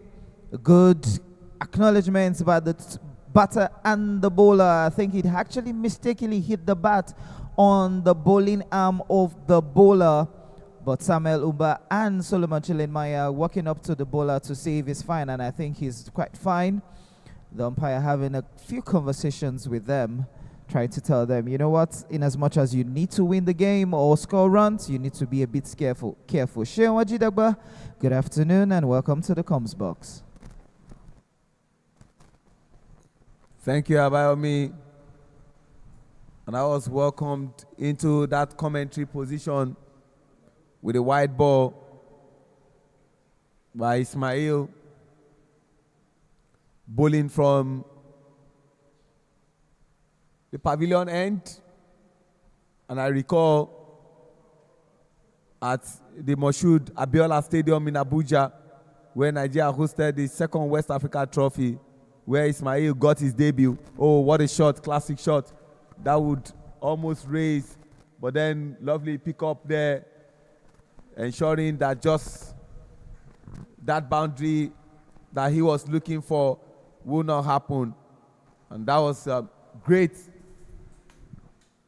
from the man sporting jersey number 5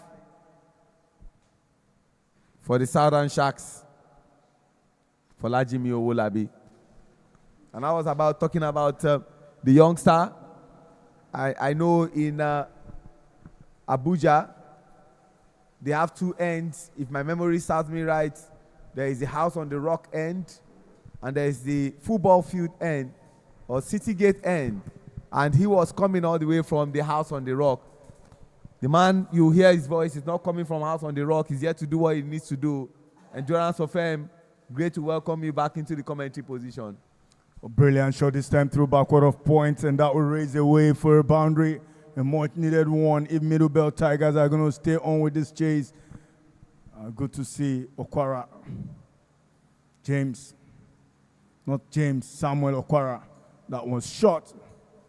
Stand and deliver. Proud to this one. Was a brilliant shot. Pull shots. But protection and deep mid wicket wouldn't let that come through. 138 runs needed off 107 balls. Very possible here, but they've lost a crucial wicket. Skipper Rushaway was departed. without adding much. Oh, brilliant, brilliant line. He wants it. Ricks again taking, but this time will be safe. Solomon just making sure he gets enough there. A brilliant show from the first innings. And Dan Larry Isaac, we spoke about him earlier, how dangerous he is. And clearly, gradually defining these moments. The required run rate is set at 7. There's just about 0.14 below the required run rate, 6.86 now.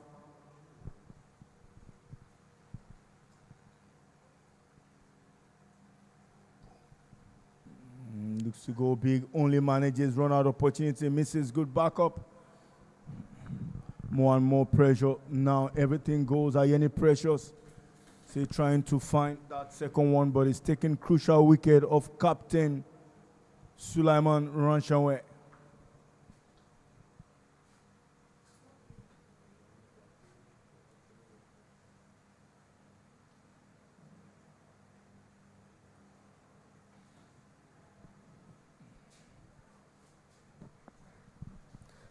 Endurance, there are two teams in this tournament.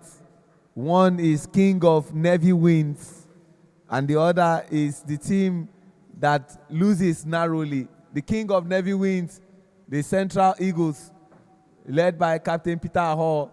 First game won by 1 run, second game won by 2 runs, third game won by 5 runs.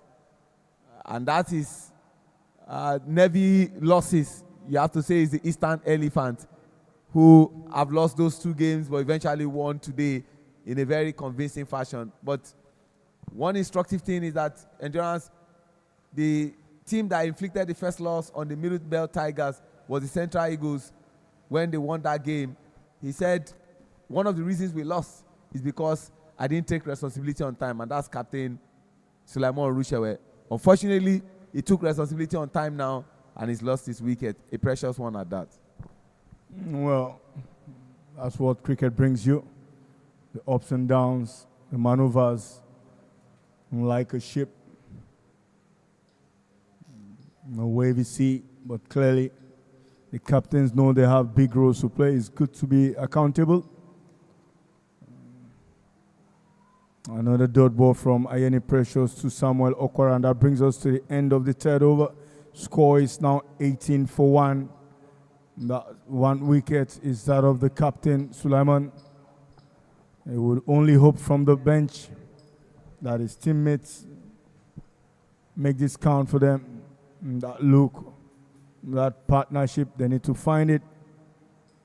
But hopefully they get it on. Endurance, they are not doing badly. The current run rate is at 6.00, and what is required is 7.94. But of course, you have played this game to the apex, and you've traversed various countries. The implication of every dot ball is that it continues to increase what you require, and pressure will continue to mount.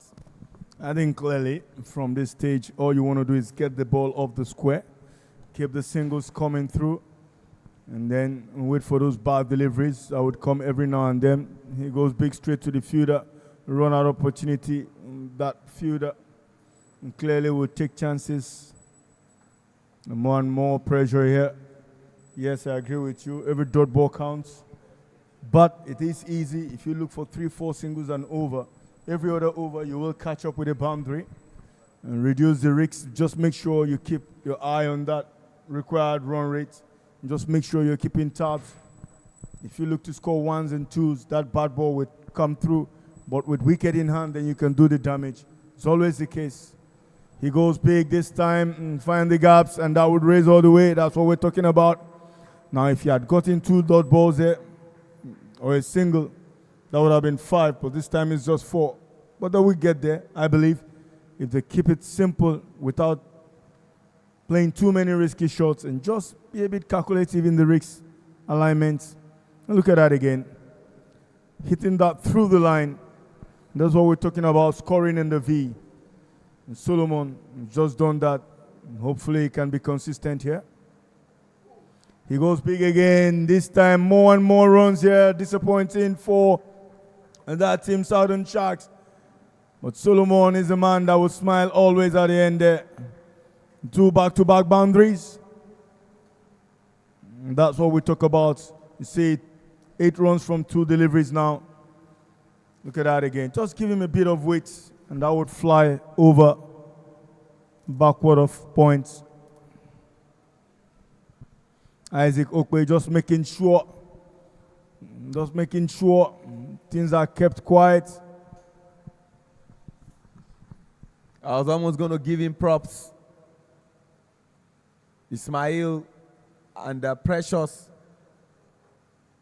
that they've held their own. But it doesn't take away the fact that Ismail is a decent bowler, even if Solomon Chilemaya, who is another elite opening batter, has hit him for back-to-back fours. Tell you what, at this level of cricket, those don't really count at the end.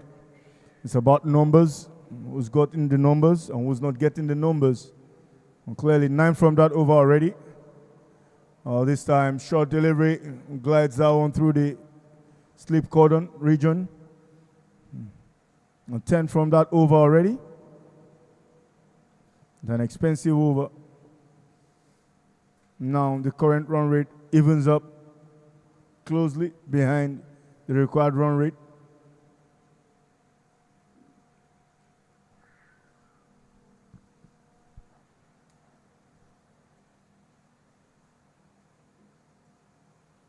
A brilliant line, that one. That's where you want to be. That's how consistent you want to be. Brings us to the end of the 4th over. 28 for 1.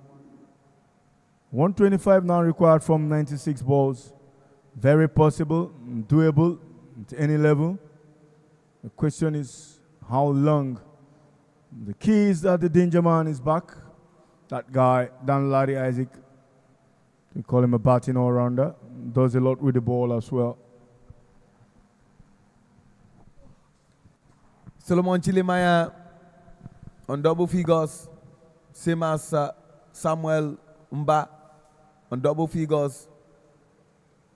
12 balls he has faced, scored 10 runs. Solomon Chilemaya has faced 8 balls, scored 13 runs. You heard Endurance of M talk about Isaac Danladi, the man who was 1 run short of scoring an half-century, joining his other teammate, Kenneth Boniface. They have plethora of bowlers who can also do damage. We've seen Ismail Abdullahi, we've seen Precious Ayeni. We are now seeing Isaac Danladi, the man I love to call Mr. Stabilizer, or call him Muje, a run-out chance.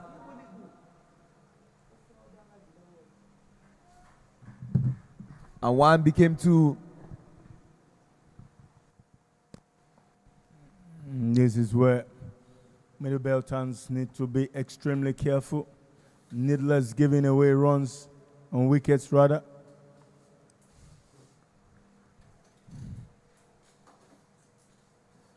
That's pushing that required rate to about 7.2. Just making sure you stay in tabs with the required run rate. Dan Larry Isaac, that man, has the penchant for taking wickets. He wants it, but no is the call.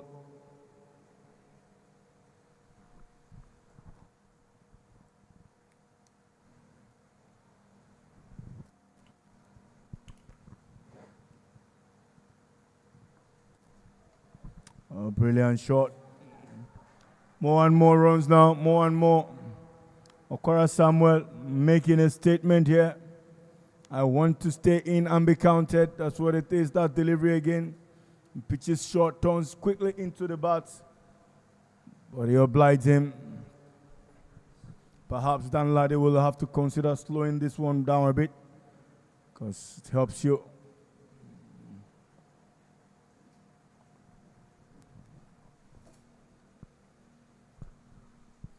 I just remember boxing. When you punch, you must be ready to receive. I saw the look on Danladi Isaac's face. Not happy that they sent him to the boundary. But did he forget in a hurry that he also did same to bowlers in the first innings. So more like boxing. When you throw punches, be ready to receive.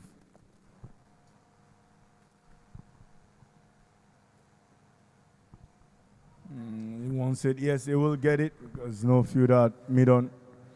Fielder is rather deep, long on. He's inviting Chilemaya now takes charge. 13 of 8 presently. 4.4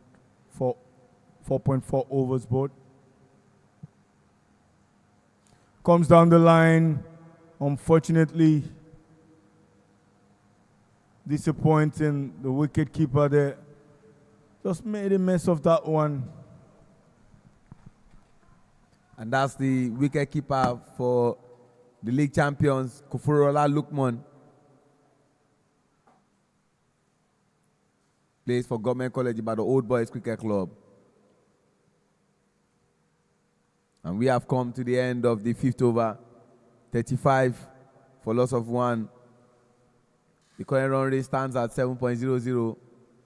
And what is required is 7.87. So you can safely say they are 0.87 short of what is required. Not far away.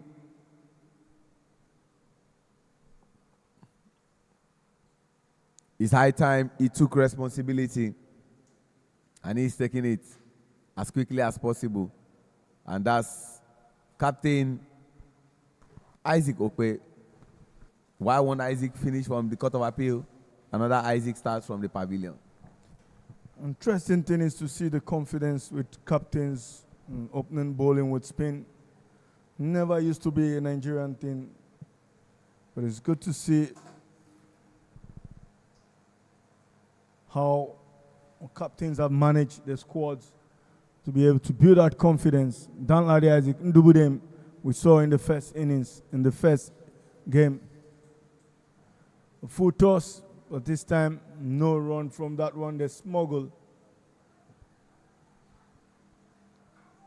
And more pressure here. And clearly, it's a high-level pressure games. Isaac Okwe is a seasoned campaigner. We'll be looking to slow things down a bit, mix things up. And he's got the ability to do that.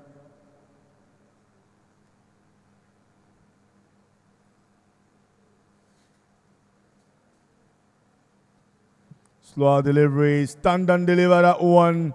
Shot over backward of point for a required boundary. Solomon Chilemaya races quickly to 17 of 11 deliveries. Look at that again, pitch shot, and will just stand and oblige himself. More and more runs. Middle belt, a bit of pressure off. But let's hope they can stay consistent here. In the air, leading edge now. Who wants it? Disappointed. Really, really disappointed. He knows it. Isaac knows it. He is not happy. But nothing can be done from this point. They say catches win matches. That would have been 2 down. Unfortunately, it's not the case.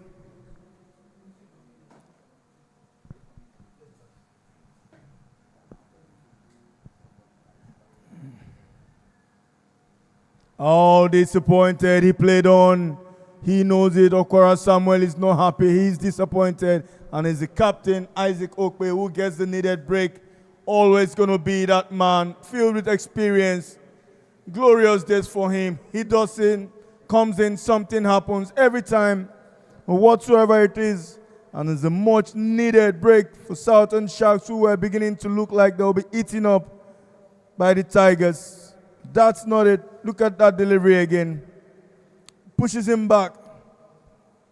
Samuel Okwara, just look at that. He knows it. He's disappointed.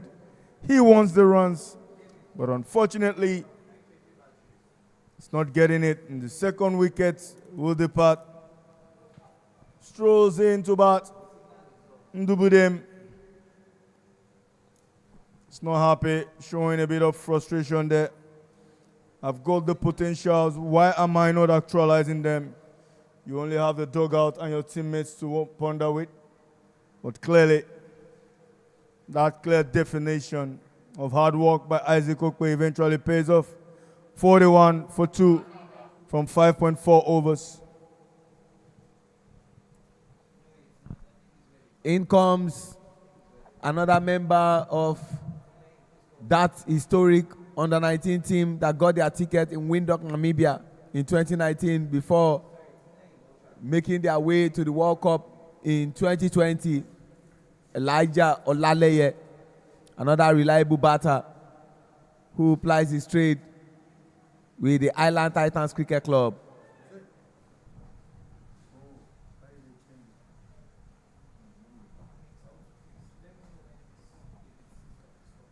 Captain Isaac, at the first time of asking, got a wicket of Samuel Umba, and he will hope to continue in that rich vein of form.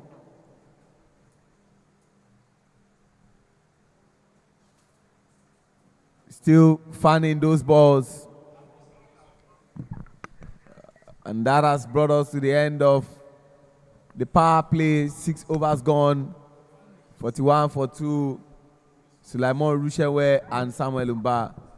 They need 112 runs in 84 balls. Is it doable? Is it achievable? Yes. And to help continue with commentaries, I would like to welcome Peter Oladoshu. Thank you very much. You asked if it is possible. Realistically, this should be possible to meet, as they are just 18 boys shy in terms of runs needed. But they can do better, and I'm talking the Middlebelt Tiger. They can actually try and score more runs. Already off to a good start, but they're still not meeting the required run rate, and they should do better. Sensible batting from Solomon Chilimaya after surviving a scare in that 6th over where he played the ball up off the bowling of Isaac Okwe, but into a no man's land. Isaac Danladi is back again, bowling from the Court of Appeal and doing everything humanly possible to ensure that runs are not made.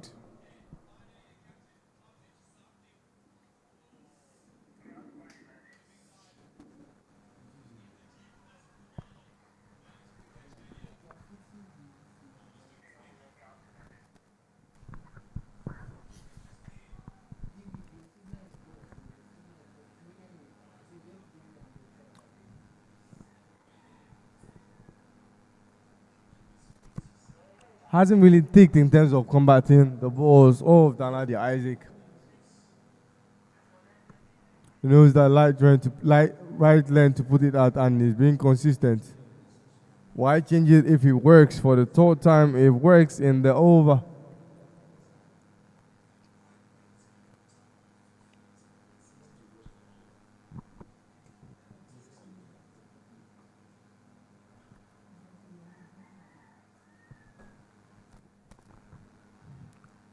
A good end to the over for the Southern Sharks, who are currently fielding, trying to restrict the Middlebelt Tigers below 152.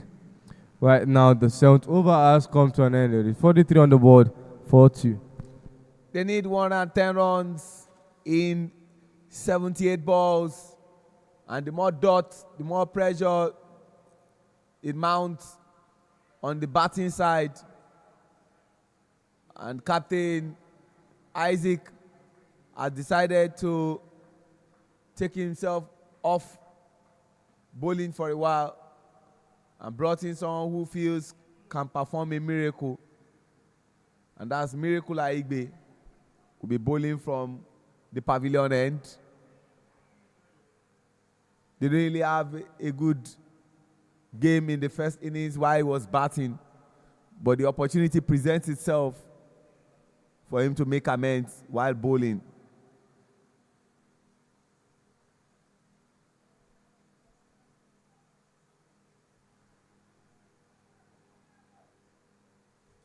What a way to start, starting with a wide. A lot of extras are being bowled in this particular match. And that was an escape of a scare. Would have been a wicket that there be no contact. That ball stayed low. And Solomon Chilemaya really needs to understand that right now his team needs him there. He's playing with Olaleye, Elijah. There should be no need for a rush. I understand the runs needed is quite far out, but they should try and keep this wicket. The longer it stays, the more chances he has of projecting this team all the way across the finish line.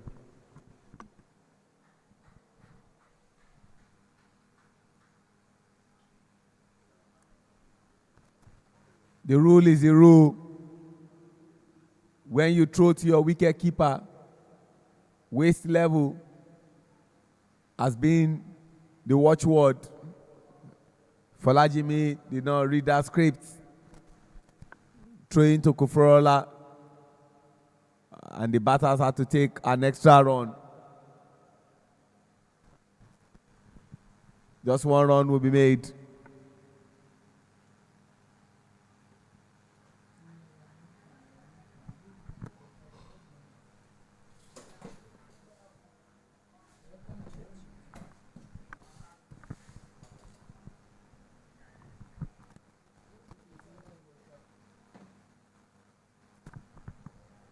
Since the field has been expanded, there has been an extra cover.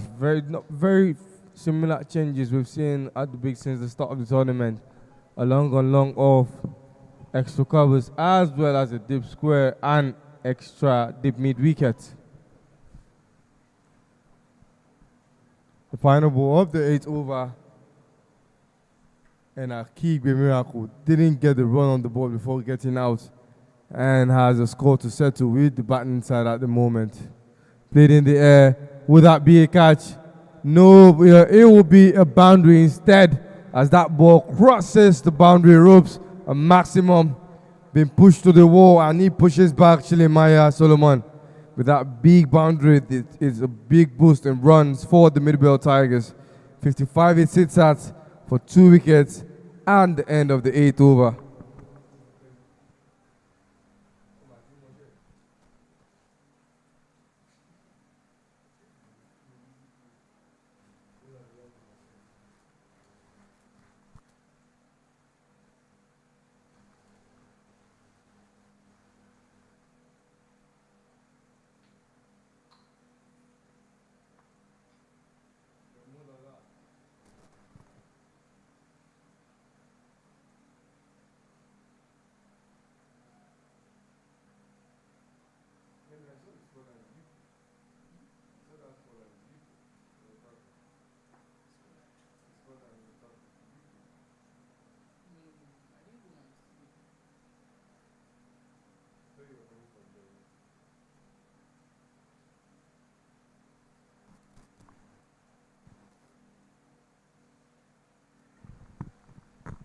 Not surprised the team has decided to give Danladi Isaac the ball again.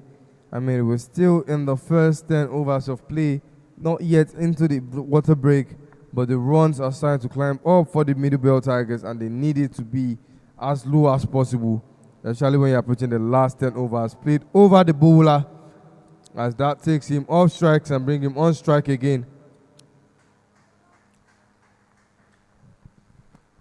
In my own opinion, while the 2 runs was good, it looked like a risky run between Solomon and Olale.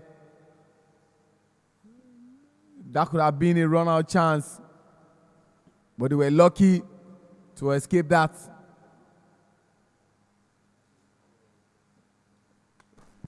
Maximum, you want to say? Maximum. Solomon Chilemaya is angry.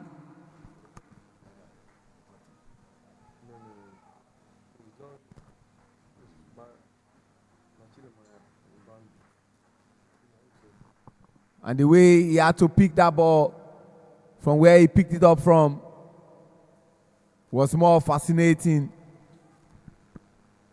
Solomon Chilemaya is in the mood. It's been there. He opened with Suleiman Hussein. We've seen 2 partnerships broken. Obviously, he will be agitated and will at least try and put as much as he can on the board before he might get dismissed. Couldn't keep it in that 30-yard cycle. or at the edge, I'd say, but that was certainly enough gap for the Middlebelt Tigers to add one more run. At some point, it seemed like the Southern Sharks had control of the runs that were climbing on the board. But right now, the Middlebelt Tigers' explosiveness is boosting the runs on the board.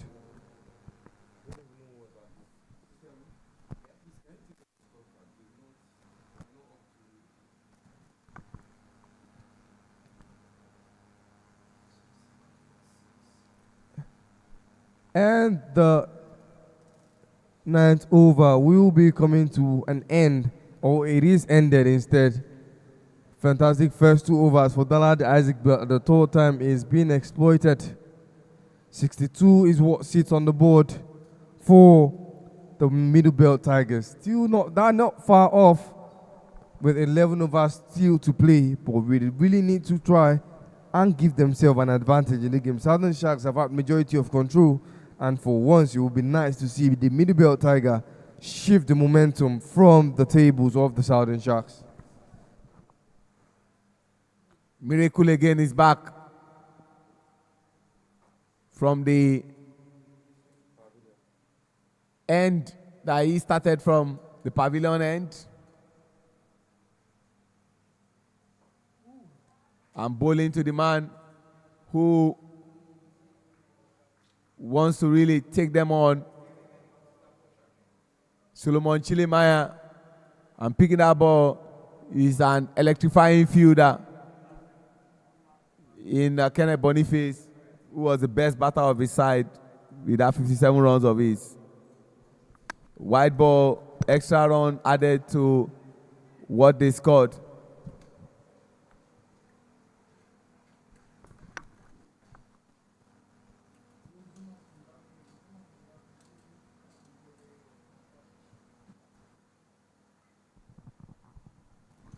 That would have been very beautiful if it was a run out, as Olaleye Elijah could have been back in his proper increase much more sooner.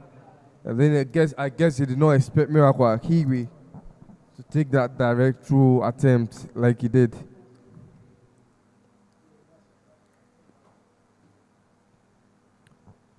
Back-to-back wides. A wide ball wasn't played up the next and is given another wide ball. The last 2 times balls made contact with the wicket keeper's gloves has been as a result of extras. Really needs to keep the ball steady and not give out free runs to the batting side. And that is how you do it. Ball to your field. Elijah not being able to play beyond the infield is still there at the button crease. Only 3 runs is added to his name. And more balls will keep adding and piling up. And for every dot, it is a mountain of pressure on the shoulders of not just the infield batters, but the entire Middlebelt Tigers as well. Finally, he does take himself off strike. Been long overdue. Big chase by Miracle Akigwe. Not taking any chances as we are almost into the innings break. The field is expanded.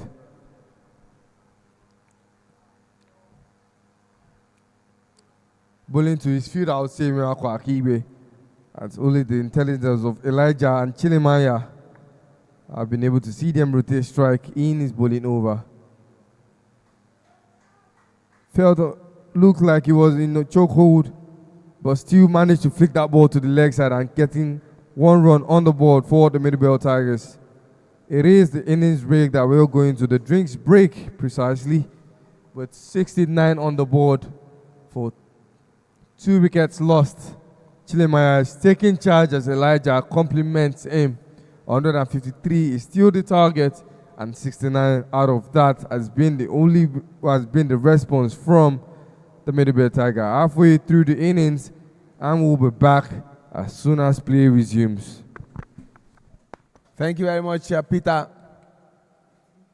That brings us to the end of the first part of the second innings of this game between the Southern Sharks and the Middlebelt Tigers. Southern Sharks into their third game, looking for the second win of this tournament. And for Middlebelt Tigers, playing their fourth match, hoping for their third win. The two coaches are having a conversation with their teams. Coach Daniel Gim is the coach of the Middlebelt Tigers, and Coach Shei Shonde is the coach of the Southern Sharks.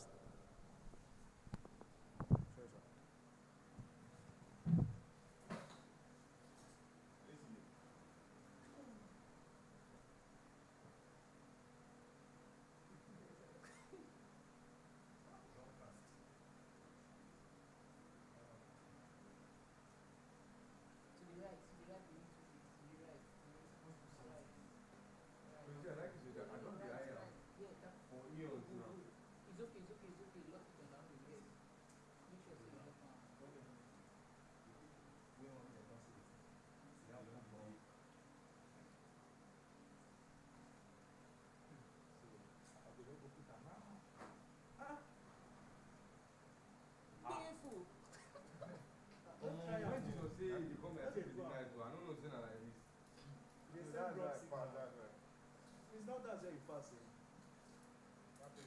If that complaint go for now, you go see. It's too far.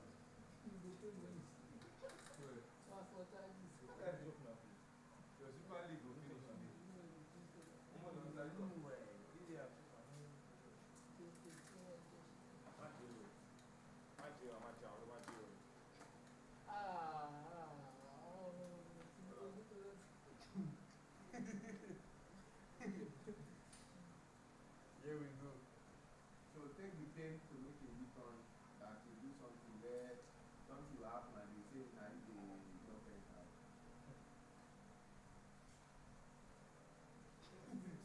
Why did you do it?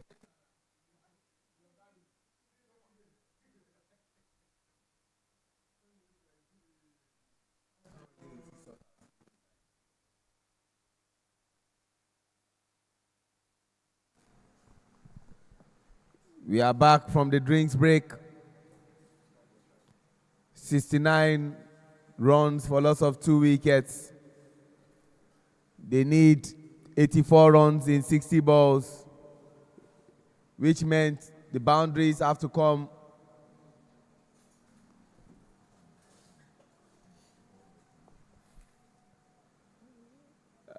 Isaac is coming from the Court of Appeal end. He bowled his first over from the pavilion end, and he has changed them again. No run there, thanks to the brilliance of Folajimi.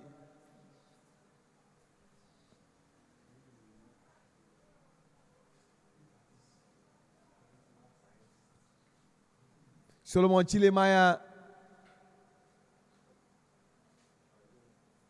continues to bat to the delight of his teammates. He wants to do 2, and he comfortably does it, taking his tally to 10 short of half century. 40 runs.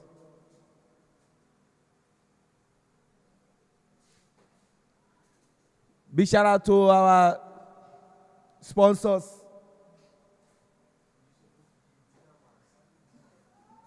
Classic, classic, classic. Solomon in the mood, batting wisely. See it again on replay. You will love it. You will love it.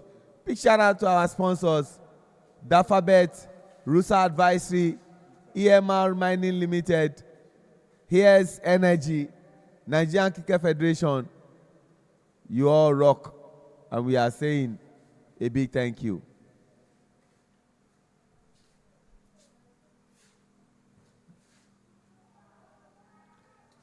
Can they do 2?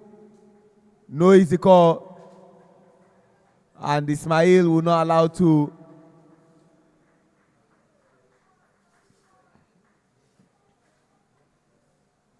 We always say drinks break, Peter. It's either you are re-energized as a batter or the bowlers will come good. This partnership is on the mind of Isaac to break.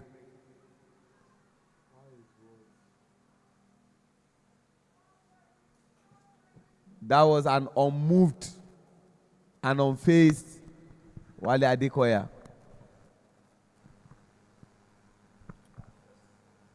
The contact point was with the bat first, and the umpires heard that sound and confirmed it. Escape there by Olaleye Elijah, would have lost quick wickets.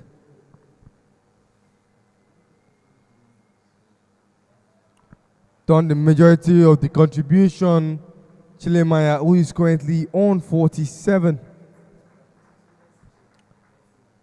The only 4 Elijah has contributed with the bat, as the Middlebelt Tigers are currently on 79 for 2 after 11 overs completed. The first over since the drinks break. We are having a game on our hands. 11 overs we've seen, and just 2 wickets. The wicket of Captain Sulaiman Rushewe. Not also forgetting the other batter who has lost his wicket, Samuel Okpara.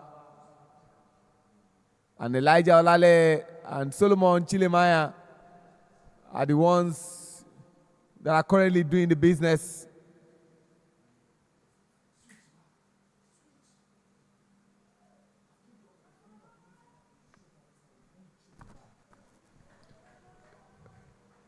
Didn't get the right amount of contact he hoped behind the ball.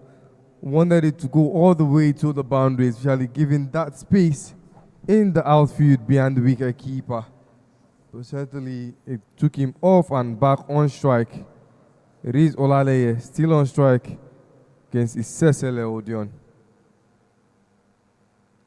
This time much outside of off. There was very low space and probability of getting it to that leg side.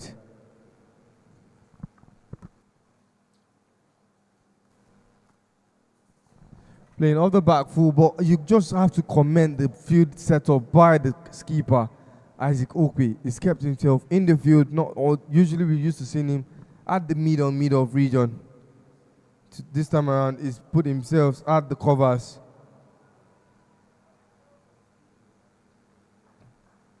Wants to try and cut down the runs. Isaac Okwe is already a threat as an infielder, not fielding so close as to the cover region. Every ball going towards him is already a red flag to the batters, knowing fully well that they cannot attempt to take a run. And that run attempt by Chilemaya to bring himself back to the leg side. Correction, back to the standing umpire's end. I think he fell into a little bit of discomfort, probably a strain. Remains to see if he is fit enough to continue as the game progresses.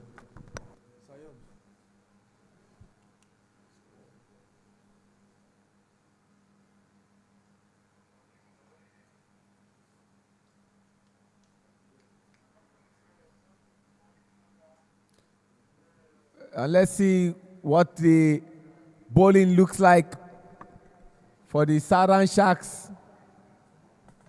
Danladi Isaac has bowled 3 overs, 9 dot ball, 19 runs, no wickets. Ayeni Precious has gotten just 1 wicket, 12 runs he has conceded, 2 overs he has bowled. Ismail Abdullahi has bowled 2 overs, 15 runs conceded, no wicket. Isaac Okwe, 2 overs he has bowled, 16 runs, 5 dot balls, 1 wicket. Miracle Igbe has bowled 2 overs, 16 runs he gave away, no wicket to his credit. And Isesele Odion Evangel into his first over, no wickets, and already giving away 4 runs from 4 balls bowled.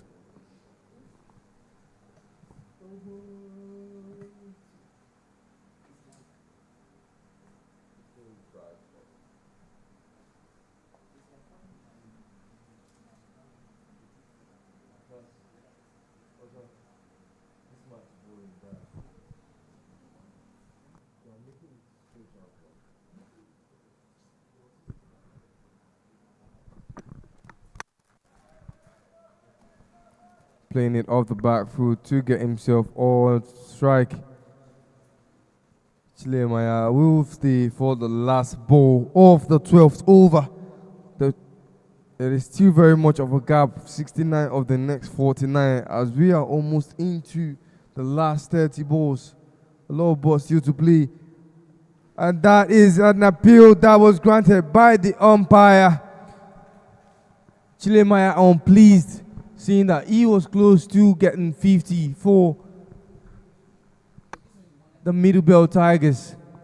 Looking at that replay again.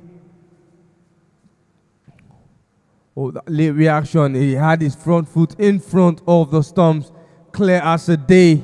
And the umpire with the right call sees Chilemaya going out to 47 of the 84 runs he's contributed for this team in their chase for a space in the playoff rounds. You have to say, like Ramon Ali, like Solomon Chilemaya, and what do they have in common? Both of them were on the brink of scoring 50 before they lost their wicket. Ramon Ali on his own part was just 4 short of scoring an half century. Solomon Chilemaya was 3 short of scoring an half century before they lost their wickets. Quite unfortunate. And so, up until now, the only man to have scored 50 in today's game could be said to be Kenneth Boniface, who scored 57. It was looking like Solomon was going to do that. Unfortunately, it had to end in that manner, and that's very unfortunate. In comes David Ankra, and I was going to ask you, Peter, is there any way they are missing the only player in their team to have won back-to-back player of the match? Ehosa Agedo Destiny, who is out of this game. Yeah, most certainly they would miss a player of that magnitude. You know, his contribution with the ball and bat to be very greatly felt. Winning back-to-back player of the match tells you just how much importance he held in the team. And now that he's been absent there, it's leaves a dent. Every other player has tried to step up, and none has been able to have contributed as much as he has for the team. These two need to do what they need to do. David Ankra and Elijah Olale. David Ankra plays for Foundation Cricket Club as the captain of that team. And Elijah Olale plays for Island Titan Cricket Club. If my memory serves me right, the first man to score 50 in the Club Cricket Committee League season was David Ankra. And I think his 50 was about the fastest 50, according to what Yomi told me.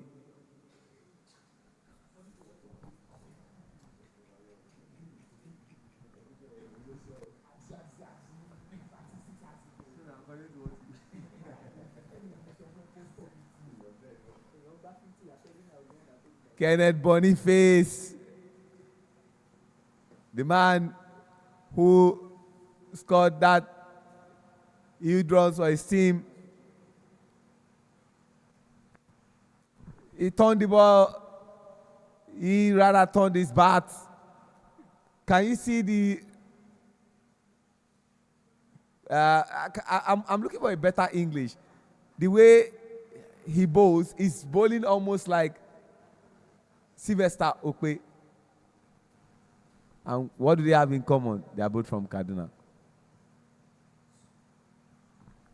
Way out of the off stump, the umpire clarifies that with a wide sign, opening his arms out wide, and stating that that was an illegal delivery, and there will still be 3 more balls to be bowled. Met with more front up face of the bat, as David Ankra finally does take the ball for himself, only able to add 1 more run to that board for the Middlebelt Tigers. This game is still very close and winnable for the Middlebelt Tigers, as a couple boundaries will put the momentum in their hands and shift the gears of the game.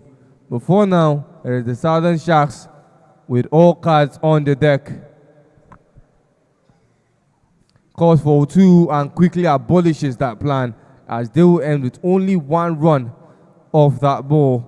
Played driven hard into the long off region and wasn't enough time behind it for them to steal another one. Last good ball of this over to be bowled. And Ankara will be the one facing 2 teammates at club level. And that has brought us to the end of the 13th over. 89 for loss of 3 wickets. The current run rate stands at 6.85. The required is 9.14. And they need 64 runs in for 2 balls. Enough time for me to tell you before taking my leave and allowing my colleague to join you. Tomorrow, the morning game will see a team that has won 3 matches out of 4. The Central Eagles and the King of Navy Winds, led by their captain Peter Hall, coming face to face with the Southern Sharks, the team that is currently facing their opponent Middlebelt Tigers, led by captain Isaac Okwe. And later in the afternoon, Western Dolphins will play their last game against the Eastern Elephant. But enough time for me to say to the captain of Western Dolphins and the captain of the pace setter state and one of the finest all-rounders that we have in Nigeria and a player of the league champions, Government College by the Old Boys Cricket Club, Vincent Adewoye, happy birthday to you. Long life and prosperity. We would have loved to see you continue in this tournament. But the reality staring us in the face is that nothing will happen even if, underline that word, they get a victory tomorrow against the Eastern Elephant. But we have to still congratulate him for adding another year to his already existing years. Enough time to say the man who is also from that pace setter state, who represented the state, and by extension, also did 1 or 2 things for our dear country, Nigeria, Olumide Ajao, to please take over proceedings. Thank you, Shion Adidaba. Well done, Peter. This game continues to look like it's going to go to the wire. There's 3 wickets down. It's 91 runs on board after 13.2 overs delivered. Isesele Odion is doing some leggies here. Ankara got a bat to it. Odion appeals. An umpire says no, leg by.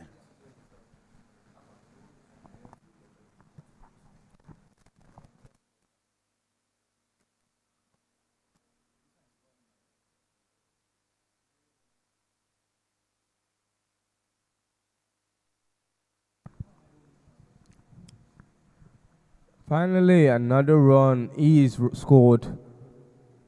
The last 3 deliveries I've seen 1 run. The last 3 played off the bat with 4 consecutive balls being run over. 60 is what's required of the next 38 balls. The 14th over is almost to a conclusion, and the Middlebelt Tigers haven't found the way of finding the boundary ropes just as yet. Big approach, but that ball will end up in the air. No catch as it picks up pitches in no man's land. And that was a scare, big scare for the Middlebelt Tigers. But that just tells you just how much desperation has set in. They really understand that the boundaries is what will take it. Running between the wickets is not enough. They really need to unlock that extra opportunity. And they've really struggled in terms of doing that. Last ball of the 14th over, almost in 200 for the Middlebelt Tigers, but still not within grasp of the required runs total. Shot by Elijah, met by the boundary riders. Could only get 1 from that last delivery. Brings us to the end of the 14th over, and the score stays 95 for 3.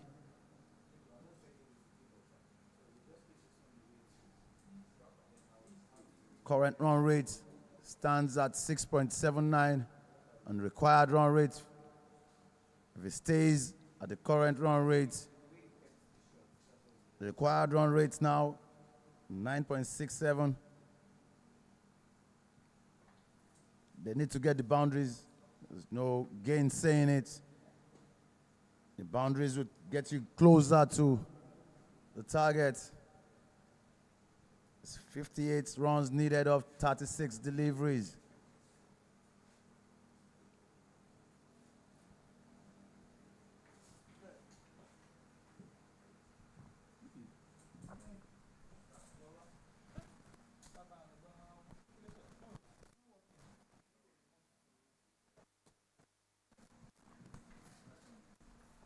And who other than Kenneth Boniface to continue proceedings.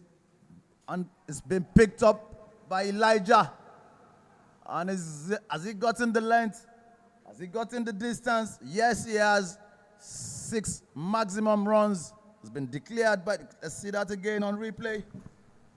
They should have What been a very shot. experienced. Wood setting. What Ismail a Abdullahi should have focused more on keeping that ball inside than actually getting a catch.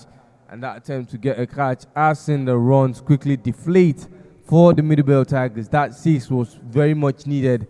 And Olale Elijah has given a boost in runs needed into the gap. But there is a long off in place as he is off strike. Wanted to take 2, but that opportunity isn't birthed. And Ankra David, already on 4 for 7, will find himself on the strike.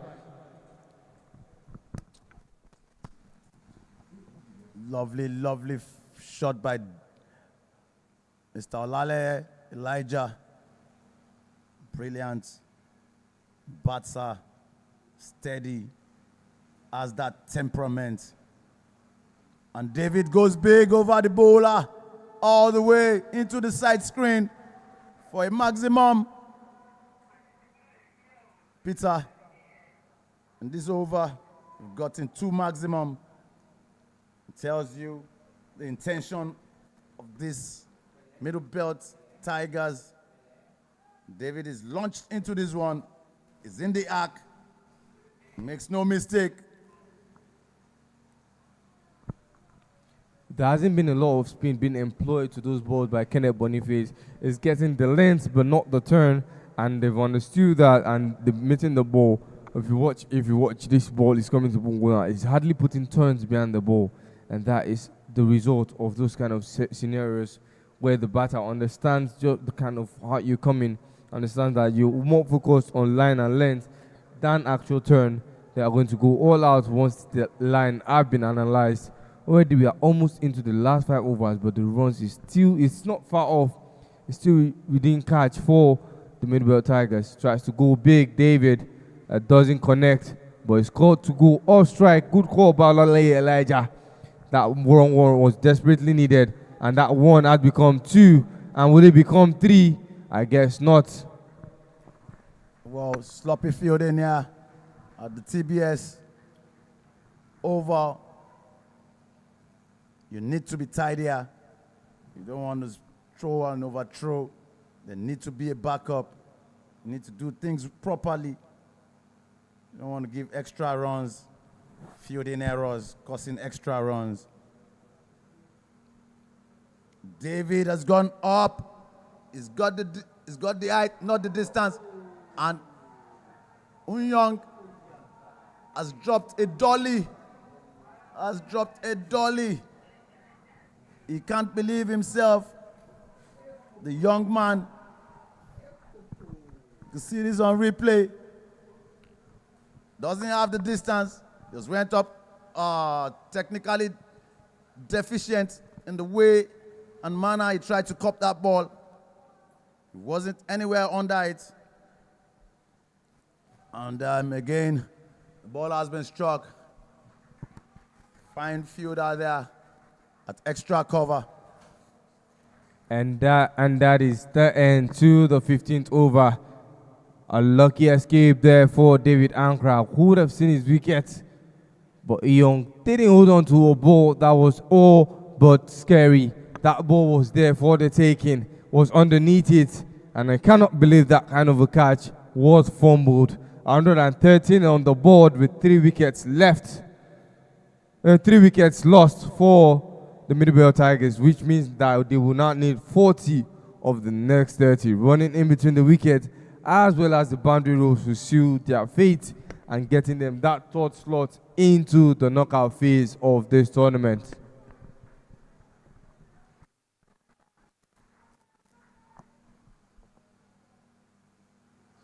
It's good to see that the Middle Belt Tigers still have Andy men in the dugout to come try accelerate at some point, throw their bats at the ball, see if they can get to the target set by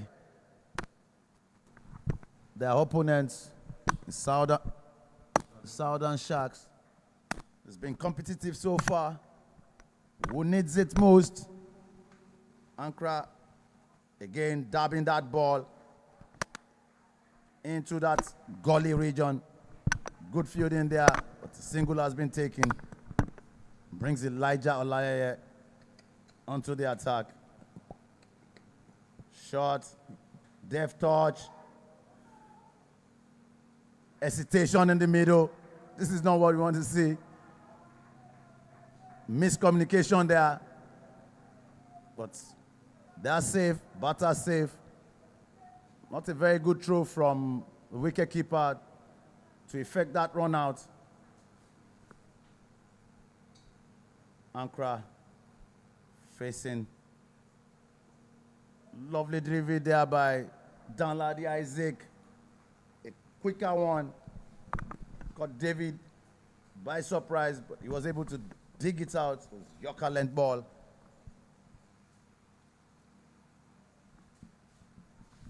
Lovely glove work there. David standing tall. He's within his crease. Umpire says not out.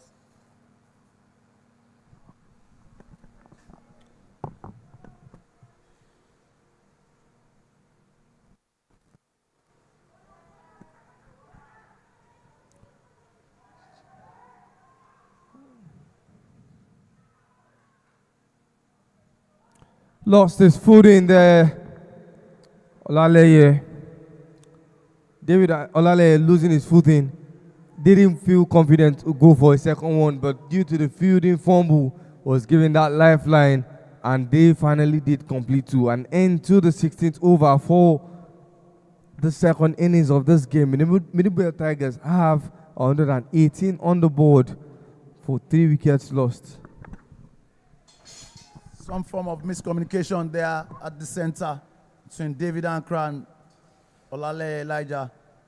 David didn't see that Elijah had slipped a bit, lost his footing, and was saying no to the second run. But like you said, some sloppy fielding got them to take that second one eventually. But they had to talk it out. You need to communicate properly, no hesitations. Once you take off for a run, run it out with all your might. I don't think they'll be liking this partnership to break, even from their dugouts. You need this partnership to hold. And Olale goes big and is getting the maximum. Dislodges the ball out of the pitch. This man is solid. He's moved to 31 of 30 deliveries. You can see how this 4-plug engine, I would say, is warming up like yesterday. It takes his time to warm up. He had a deficit, a differential of about 12 balls between runs and balls faced. And now that deficit has disappeared. Finally, he's now scored 31 of 30 deliveries, making him a strike rate of over 100. Brilliant batsman, doesn't rush himself, brilliant temperament, disciplined campaigner. It's good to see him get runs and the way he's gone about it.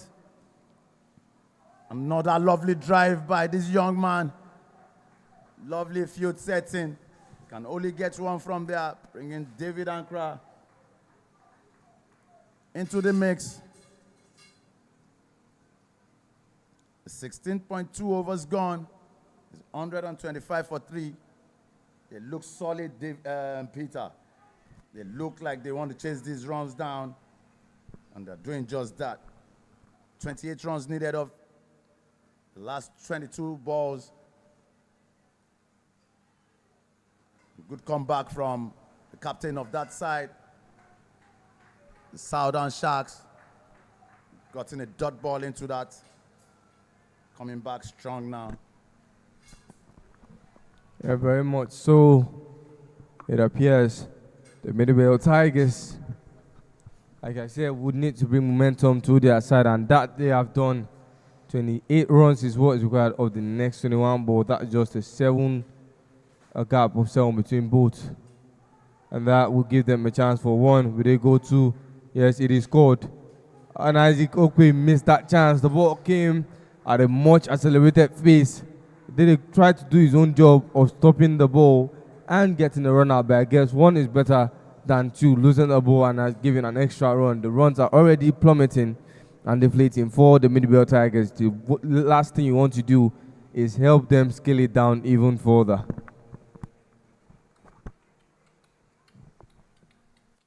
It's good to see this fight. Captain Isaac Okwe. Oh, he's pitched it. And David's gone for it. Would only get one. I tell you, this man, Isaac Okwe, has tried his best to bowl to his field, cutting out any form of boundaries. And see, the boundary riders are all set. You need to stop all forms of boundary. Let them use their feet, put some pressure on, running between the wickets. Maybe you can get a run out. Something can happen. Last ball of this over coming up. And Elijah Olale, as he found his man, he's found the man at deep extra cover. They could only take one run there. Very good field setting, very good bowling, I must say. Brings us to the end of the 17th over. It's 129 for 3.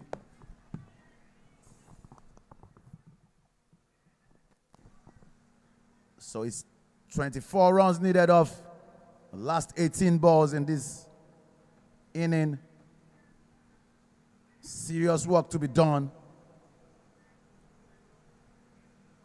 Who gets the better of the other? They both look like they need it. Who needs it most? Who would know? As play will resume after some refreshment for the batters. David Ankra, 100% strike rate, 17 runs off 17 deliveries. Olale Elijah, 33 runs off 32 deliveries. Strike rate of above 100. If I can say these two batters are set and would go for the target, there's no reason why they shouldn't attack. They've got loads of bats in hand, sitting at the dugout.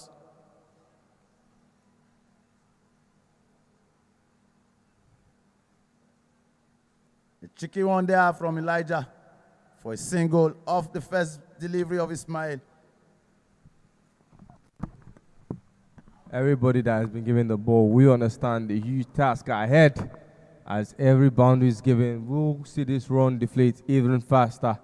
And right now, the current strike rate is at 7.57, very close to the required at 8.12. Not far off, as another boundary could seal it even in favor of the batting side. Right now, the fielding side have an edge over the Tigers.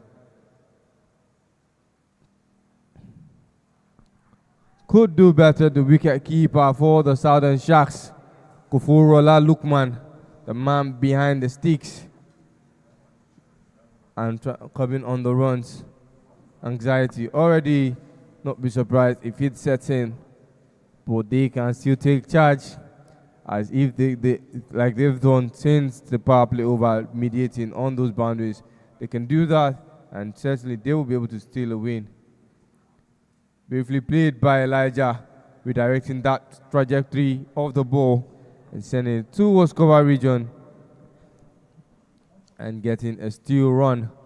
132 for 3 wickets. 21 is what's needed of the next 15 balls. Still making sure the run is taken down. The last time they played against the Central Eagles, they didn't really tick down as fast as they should, and they lost that game due to indecisions. Didn't come off the bat, went off the back of the bat behind the wicket keeper. There was nothing Koforola Lukman could do than to watch that ball. A short pitch ball that went over and ahead the batter. And Ismail can only have his hands at the back of his head as that runs per ball has plummeted even further. Now the gap sits at 3 with 17 needed of the next 14 balls. The field expanded to the maximum, but still a lot more work to be done.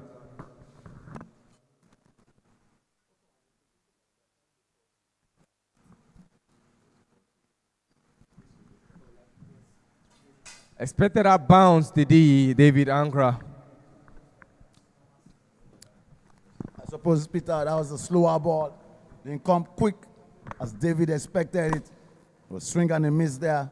Good thinking by the young bowler. It's 17 needed off 13 deliveries now. This game will go to the wire. David smacks one.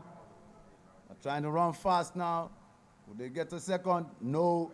Very quick throw. Yeah, and that's how the 18th over did come to an end. 137 is what has been put on the board with 3 wickets lost, which means that what the Middlebelt Tigers will be needing as it sits is 16 runs off the next 12 deliveries. Clearly, it's good to see how this is panning out. 137 for 3. It's 16 from 12. We know it. That man, David Ankra, 22 of 21. Olale, Elijah are in a solid situation to ensure that Middlebelt Tigers will eat up the Southern Sharks in this encounter. They've both got the ability. It could be this over. How big will that be? That man, the skipper himself. A field placement here. 5 men outside the inner ring. Lo and behold, extra cover, deep point, long off, long on, and deep mid wicket. 1, 2, 3, 4, 5, 6 fielders in the ring. The action goes. Goes across. Wide delivery. And a run. Disappointing. 2 runs already. 2 runs already. We're down to 14 from 12. The pressure is on Isaac Ukbe. 14 from 12.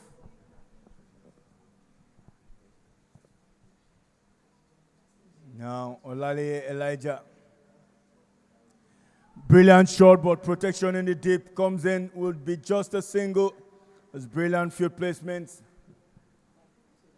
Around 13 from 11 deliveries.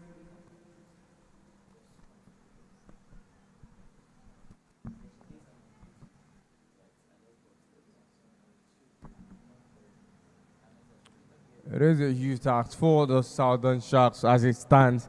They really need this win as well as the Middlebelt Tigers, because you cannot guarantee the result of your next remaining fixtures to maximize the one you've got, and they're trying to do just that. I would say this is needless now. David Ankra should just focus on playing proper cricket. That was short pitch delivery outside the off stump. Get a back foot on it, a single towards point region would have been at an advantage here, but it's 13 of 10 balls now. And that communication between Elijah and Olale. Let's keep things simple. It's there for the hit. Don't try too many things. No fancy shots.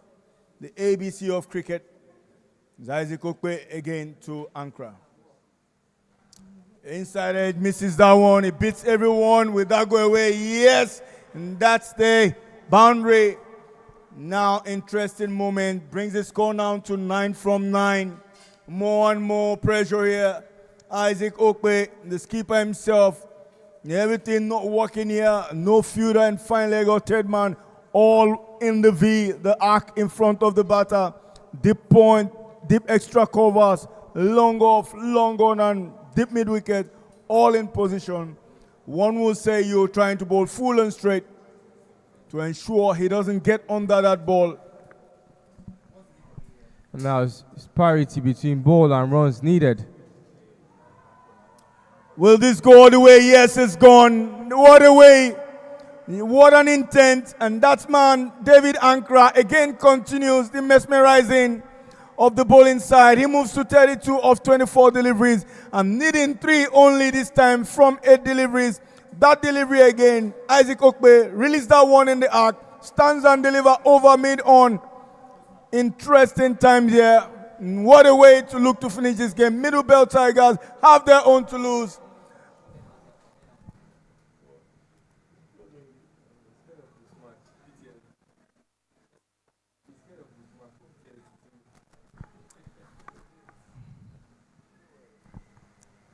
Oh, better line this time, not dot balls. What a way. Cricket can be so cruel, but this is a class act. David Ankra again continues that form that is hard for his club, Foundation Cricket Club. He's played brilliantly in the last 3 seasons. He's shown the brilliance, the consistency. And that young man, Ankra, that man being one of the only few players who have played for Ghana and Nigeria. It's Isaac Okpe now who looks to last delivery for him. Brilliant, brilliant fielder, straight to the fielder in the dip. And it's David who departs. What a way to go out. Raised the hopes of the team. He did, as the team felt that that ball did get to the boundary, beyond the boundary. But there was a few that in place for that, and that is the outcome. Looking at that ball, that confidence was still there. As he stepped out of his wicket, that was the 4 runs, the initial 4 runs, that nicked the bottom end of the bat and raced all the way to the boundary for 4. And he followed it immediately, this time with an intentional shot, going all the way, picking the ball off that first bounce. And then if you look at this, was the one that took him out, that confidence. He still went with it, and that was the outcome. Helicopter. But there was a few that at that place, it has been there and it's been idle, but the decision to leave him there has finally paid off for the middle belt, for the Southern Sharks. And it's end of the 19th over, 150 for 4. We know we talk about these things. At what point do you continue to play those fancy shots? You've taken your team to the ropes, just finish things gloriously and enjoy the moment. It's 3 runs required now from the last 6 balls of this innings. Current run rate sitting at 7.8, required is just 3. Who want to be in this position? The middle belts are cool for it. I hope they don't scramble things here. But for sure, it's theirs to lose now. That tip and go, you can call it. Olaleye straight away and brings on Abolari on strike. I hope, and we hope that Abolari will just focus on ensuring it will be bat on ball. No funny moments here. 2 needed from 5 balls. What a chase this is. Glorious after losing the skipper up front. It shows the depth of the batting on this side.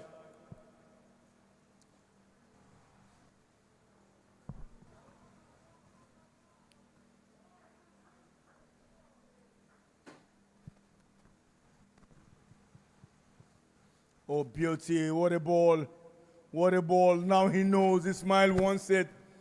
They know the pressure could be it. 3 dot balls, anything can happen. Would you have gone for it, Olaleye Elijah, or was that single worth it to a batter who is fresh and a bowler that might be able to bat in Abolari? 151 for 4. Let's watch how things pan out here. More and more pressure now. Unnecessary. This is what we're talking about. This is where it becomes dramatic. We spoke about it. He knew it. Elijah Olaleye, what was he thinking? Was it the right call? That single. Was Abolari under pressure? Now the time tells. We have a game and comical situation in our hands. What will happen next? Interesting moment. Just look at that delivery again. Slower delivery, rolling the finger across that one. No, what's it called? No again. Where are you going? The keeper is coming. Disappointing. So unmatched awareness by Abolari. that you can tell that desperation, wanting to at least tie this game, having already dotted two, didn't know the outcome of the next ball. I don't know what happened there. It still has some sort of a shock to me, which I would ask Abolarin later on today. But right there, the ball was in the gloves of the wicket keeper, and the wicket keeper was approaching the wicket. I see no reason as to why that run should have been instigated by Abolarin in the first place, given that he was at the better end of seeing that ball.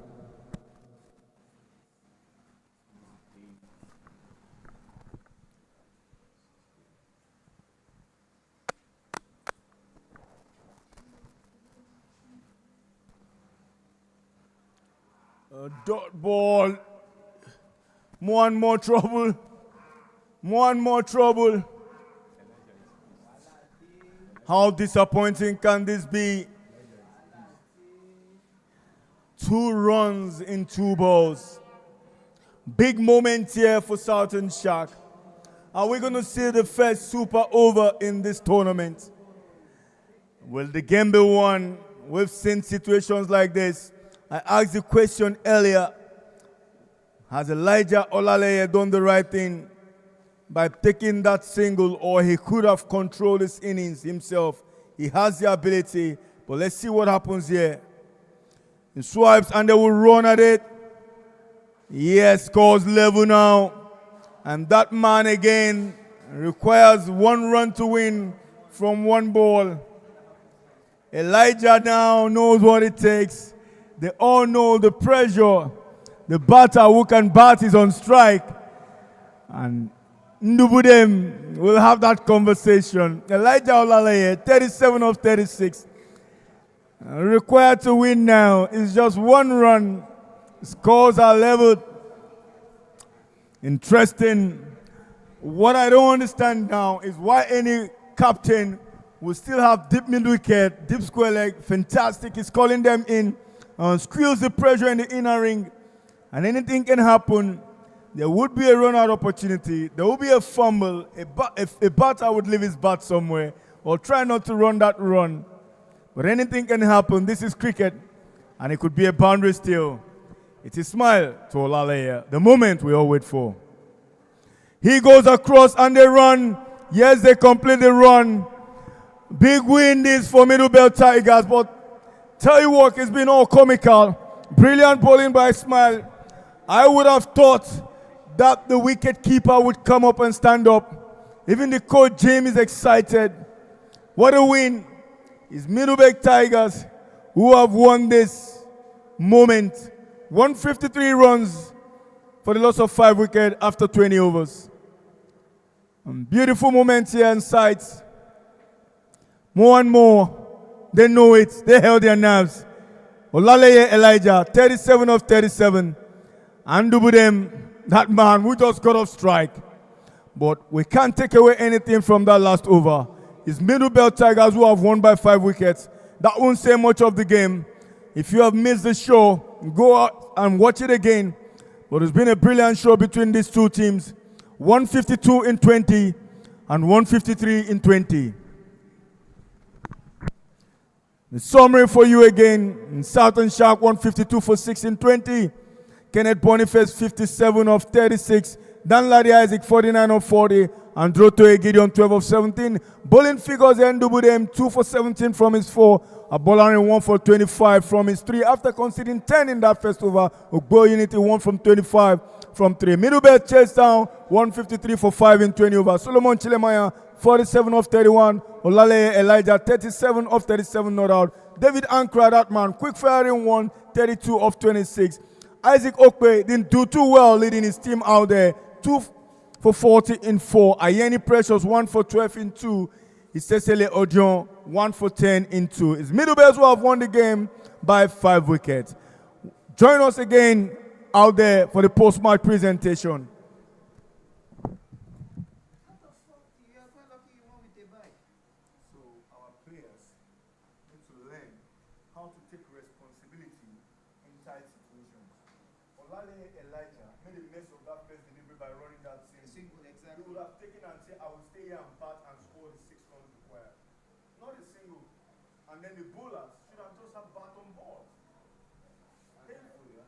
think that the most experienced person in the team, that is Isaac, was now the one who gave away those expensive overs. That is cricket. No, no, no. Turn off your ball tracking. I'm using your wicket to wicket. Chibuzo, cut off your own.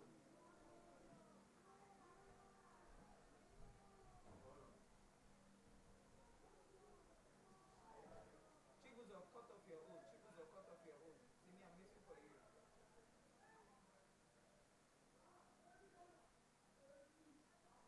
David, oh yeah, you can cut it off. David, you can shut down your own as well. Chibuzo, I'm going to remove the light for you so that you can be able to pack the extension. David, the same thing is also going to apply to you. I'm going to remove the light as well.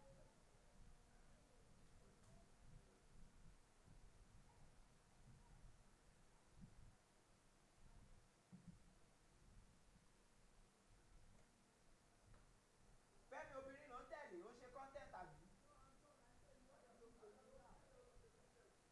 You go dey do content.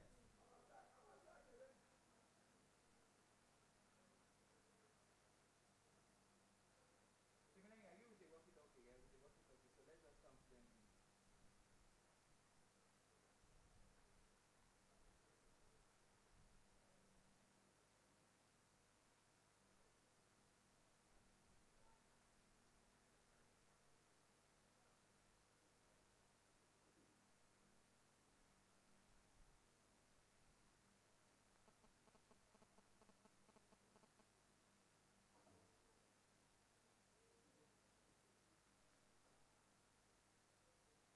Oh yeah, Simi, pan off the camera.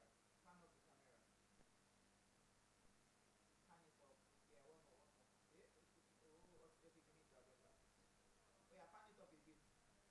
Up, up. One more, one more, one more. Simi, one more. Oh yeah, do the watermark. Balance it to your right, left. Balance the watermark to your left. The watermark. That's that thing under the tripod. Under that thing under the tripod. Balance it to your left. To your left. Left, left, left. David, please, when you're bringing down that stuff, remember there's a lens there. I'm able to bring down that lens with you. Siminengi, na put my wá sẹ́yìn àbí kò zoom out. Siminengi, wá sẹ́yìn, Siminengi, wá sẹ́yìn.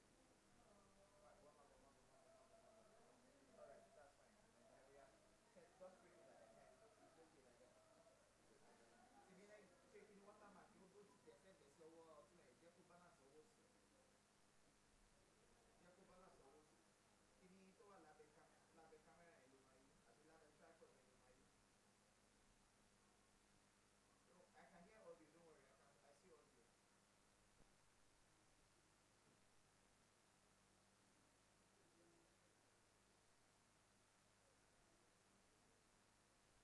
Oh yeah, when Aji is ready.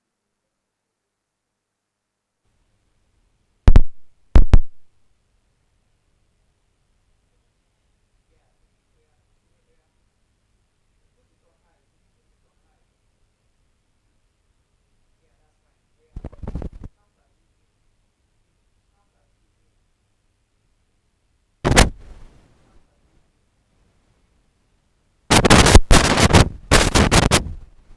Good evening and welcome to the post-match presentation of the Nigeria Super League holding here at the Tafawa Balewa Cricket Oval.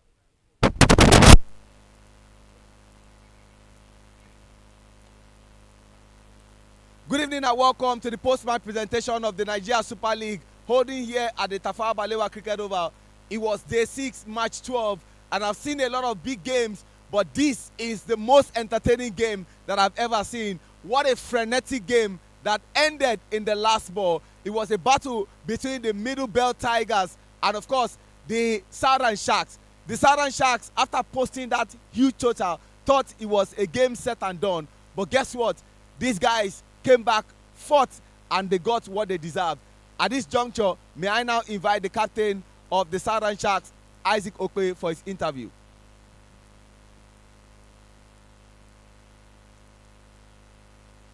Isaac, tough luck. I don't want to be in your shoes. Where did this go wrong? Basically, if you see it's from the fielding, we dropped a lot of important chances, which cost us the game today. I looked at the total you people posted. It was what you intended to achieve when you won the toss and elected to bat. And you started out very well, but at some point in time, things just went the way it went. But having said and done, you've played 3 matches, you've lost 2, and of course you won 1. You have 2 more matches to go, and there's still an outside chance to get into that playoff spot. Yeah, definitely. If we just need to keep up the good spirit, just need to keep up the good spirit and keeping heads together as one. That's all. That final over was a very tense over. Big shout out to Ismail Abdullahi, the youngster who almost got that game for your team, but at the end, it happened the way it happened. I wish you all the best in your next game tomorrow. Thank you very much. Well, it's difficult to be in the shoes of a certain Isaac Okwe. How do you explain scoring over 150 runs and then you eventually lose the game by the final ball? But he would not care because Sulaiman Rushewe, the captain of the Middlebelt Tigers, has gotten himself back on track after losing the previous game. May I now invite Sulaiman Rushewe, the captain of the Middlebelt Tigers. Sulaiman, congratulations first on your Navy victory. Thank you very much, sir. You lost early wickets, but the other guys came up and stood in big. The likes of Solomon Chilemaya, Elijah Olaleye, David Ankra, who came in for Ehosa Agedo Destiny. How did you see today's game? Did you ever think you're going to cross that line? I think guys are up to task. Like I said in our last games, every game we take it at a time. And good to see guys coming to the party again today. Sulaiman, this is your final game. And you've won out of 4 matches. You've won 3 and, of course, lost just 1. Absolutely brilliant performance today. And honorable mention to who? Honorable mention to my team. Good to see them coming back to the track after the loss in our last game. I think good to see them learning from the last game, which we have been in the shoes for in 2 games now. Which good to see them learning from the last game and up to the task again today. Finally, how is Ehosa Agedo Destiny? It's fine. I think you just need to sort out some family issues. We'll be back as soon as possible. Congratulations once again. Thank you. All right, ladies and gentlemen, that's an excited Middlebelt Tigers captain who also doubles as the captain of Nigeria's national team. For my player of the match, honorable mention to the likes of Kenneth Boniface, who scored 57 runs. Honorable mention to the likes of Isaac Danladi, who scored 49 not out. But big shout out to the man who has got a lion heart, very diminutive, but on his day, he can be a tormentor in chief. And the player of the match was just 3 runs short of scoring an half century. And you want to liken him to what happened to a certain Ramon Ali, who was 4 short of half century. My player of the match, your guess is as good as mine. 47 runs. Big shout out to Solomon Chilemaya. And to help me present the player of the match, ICC Level 2 Africa umpire and one of the finest, Temitope Oniko Ijaba.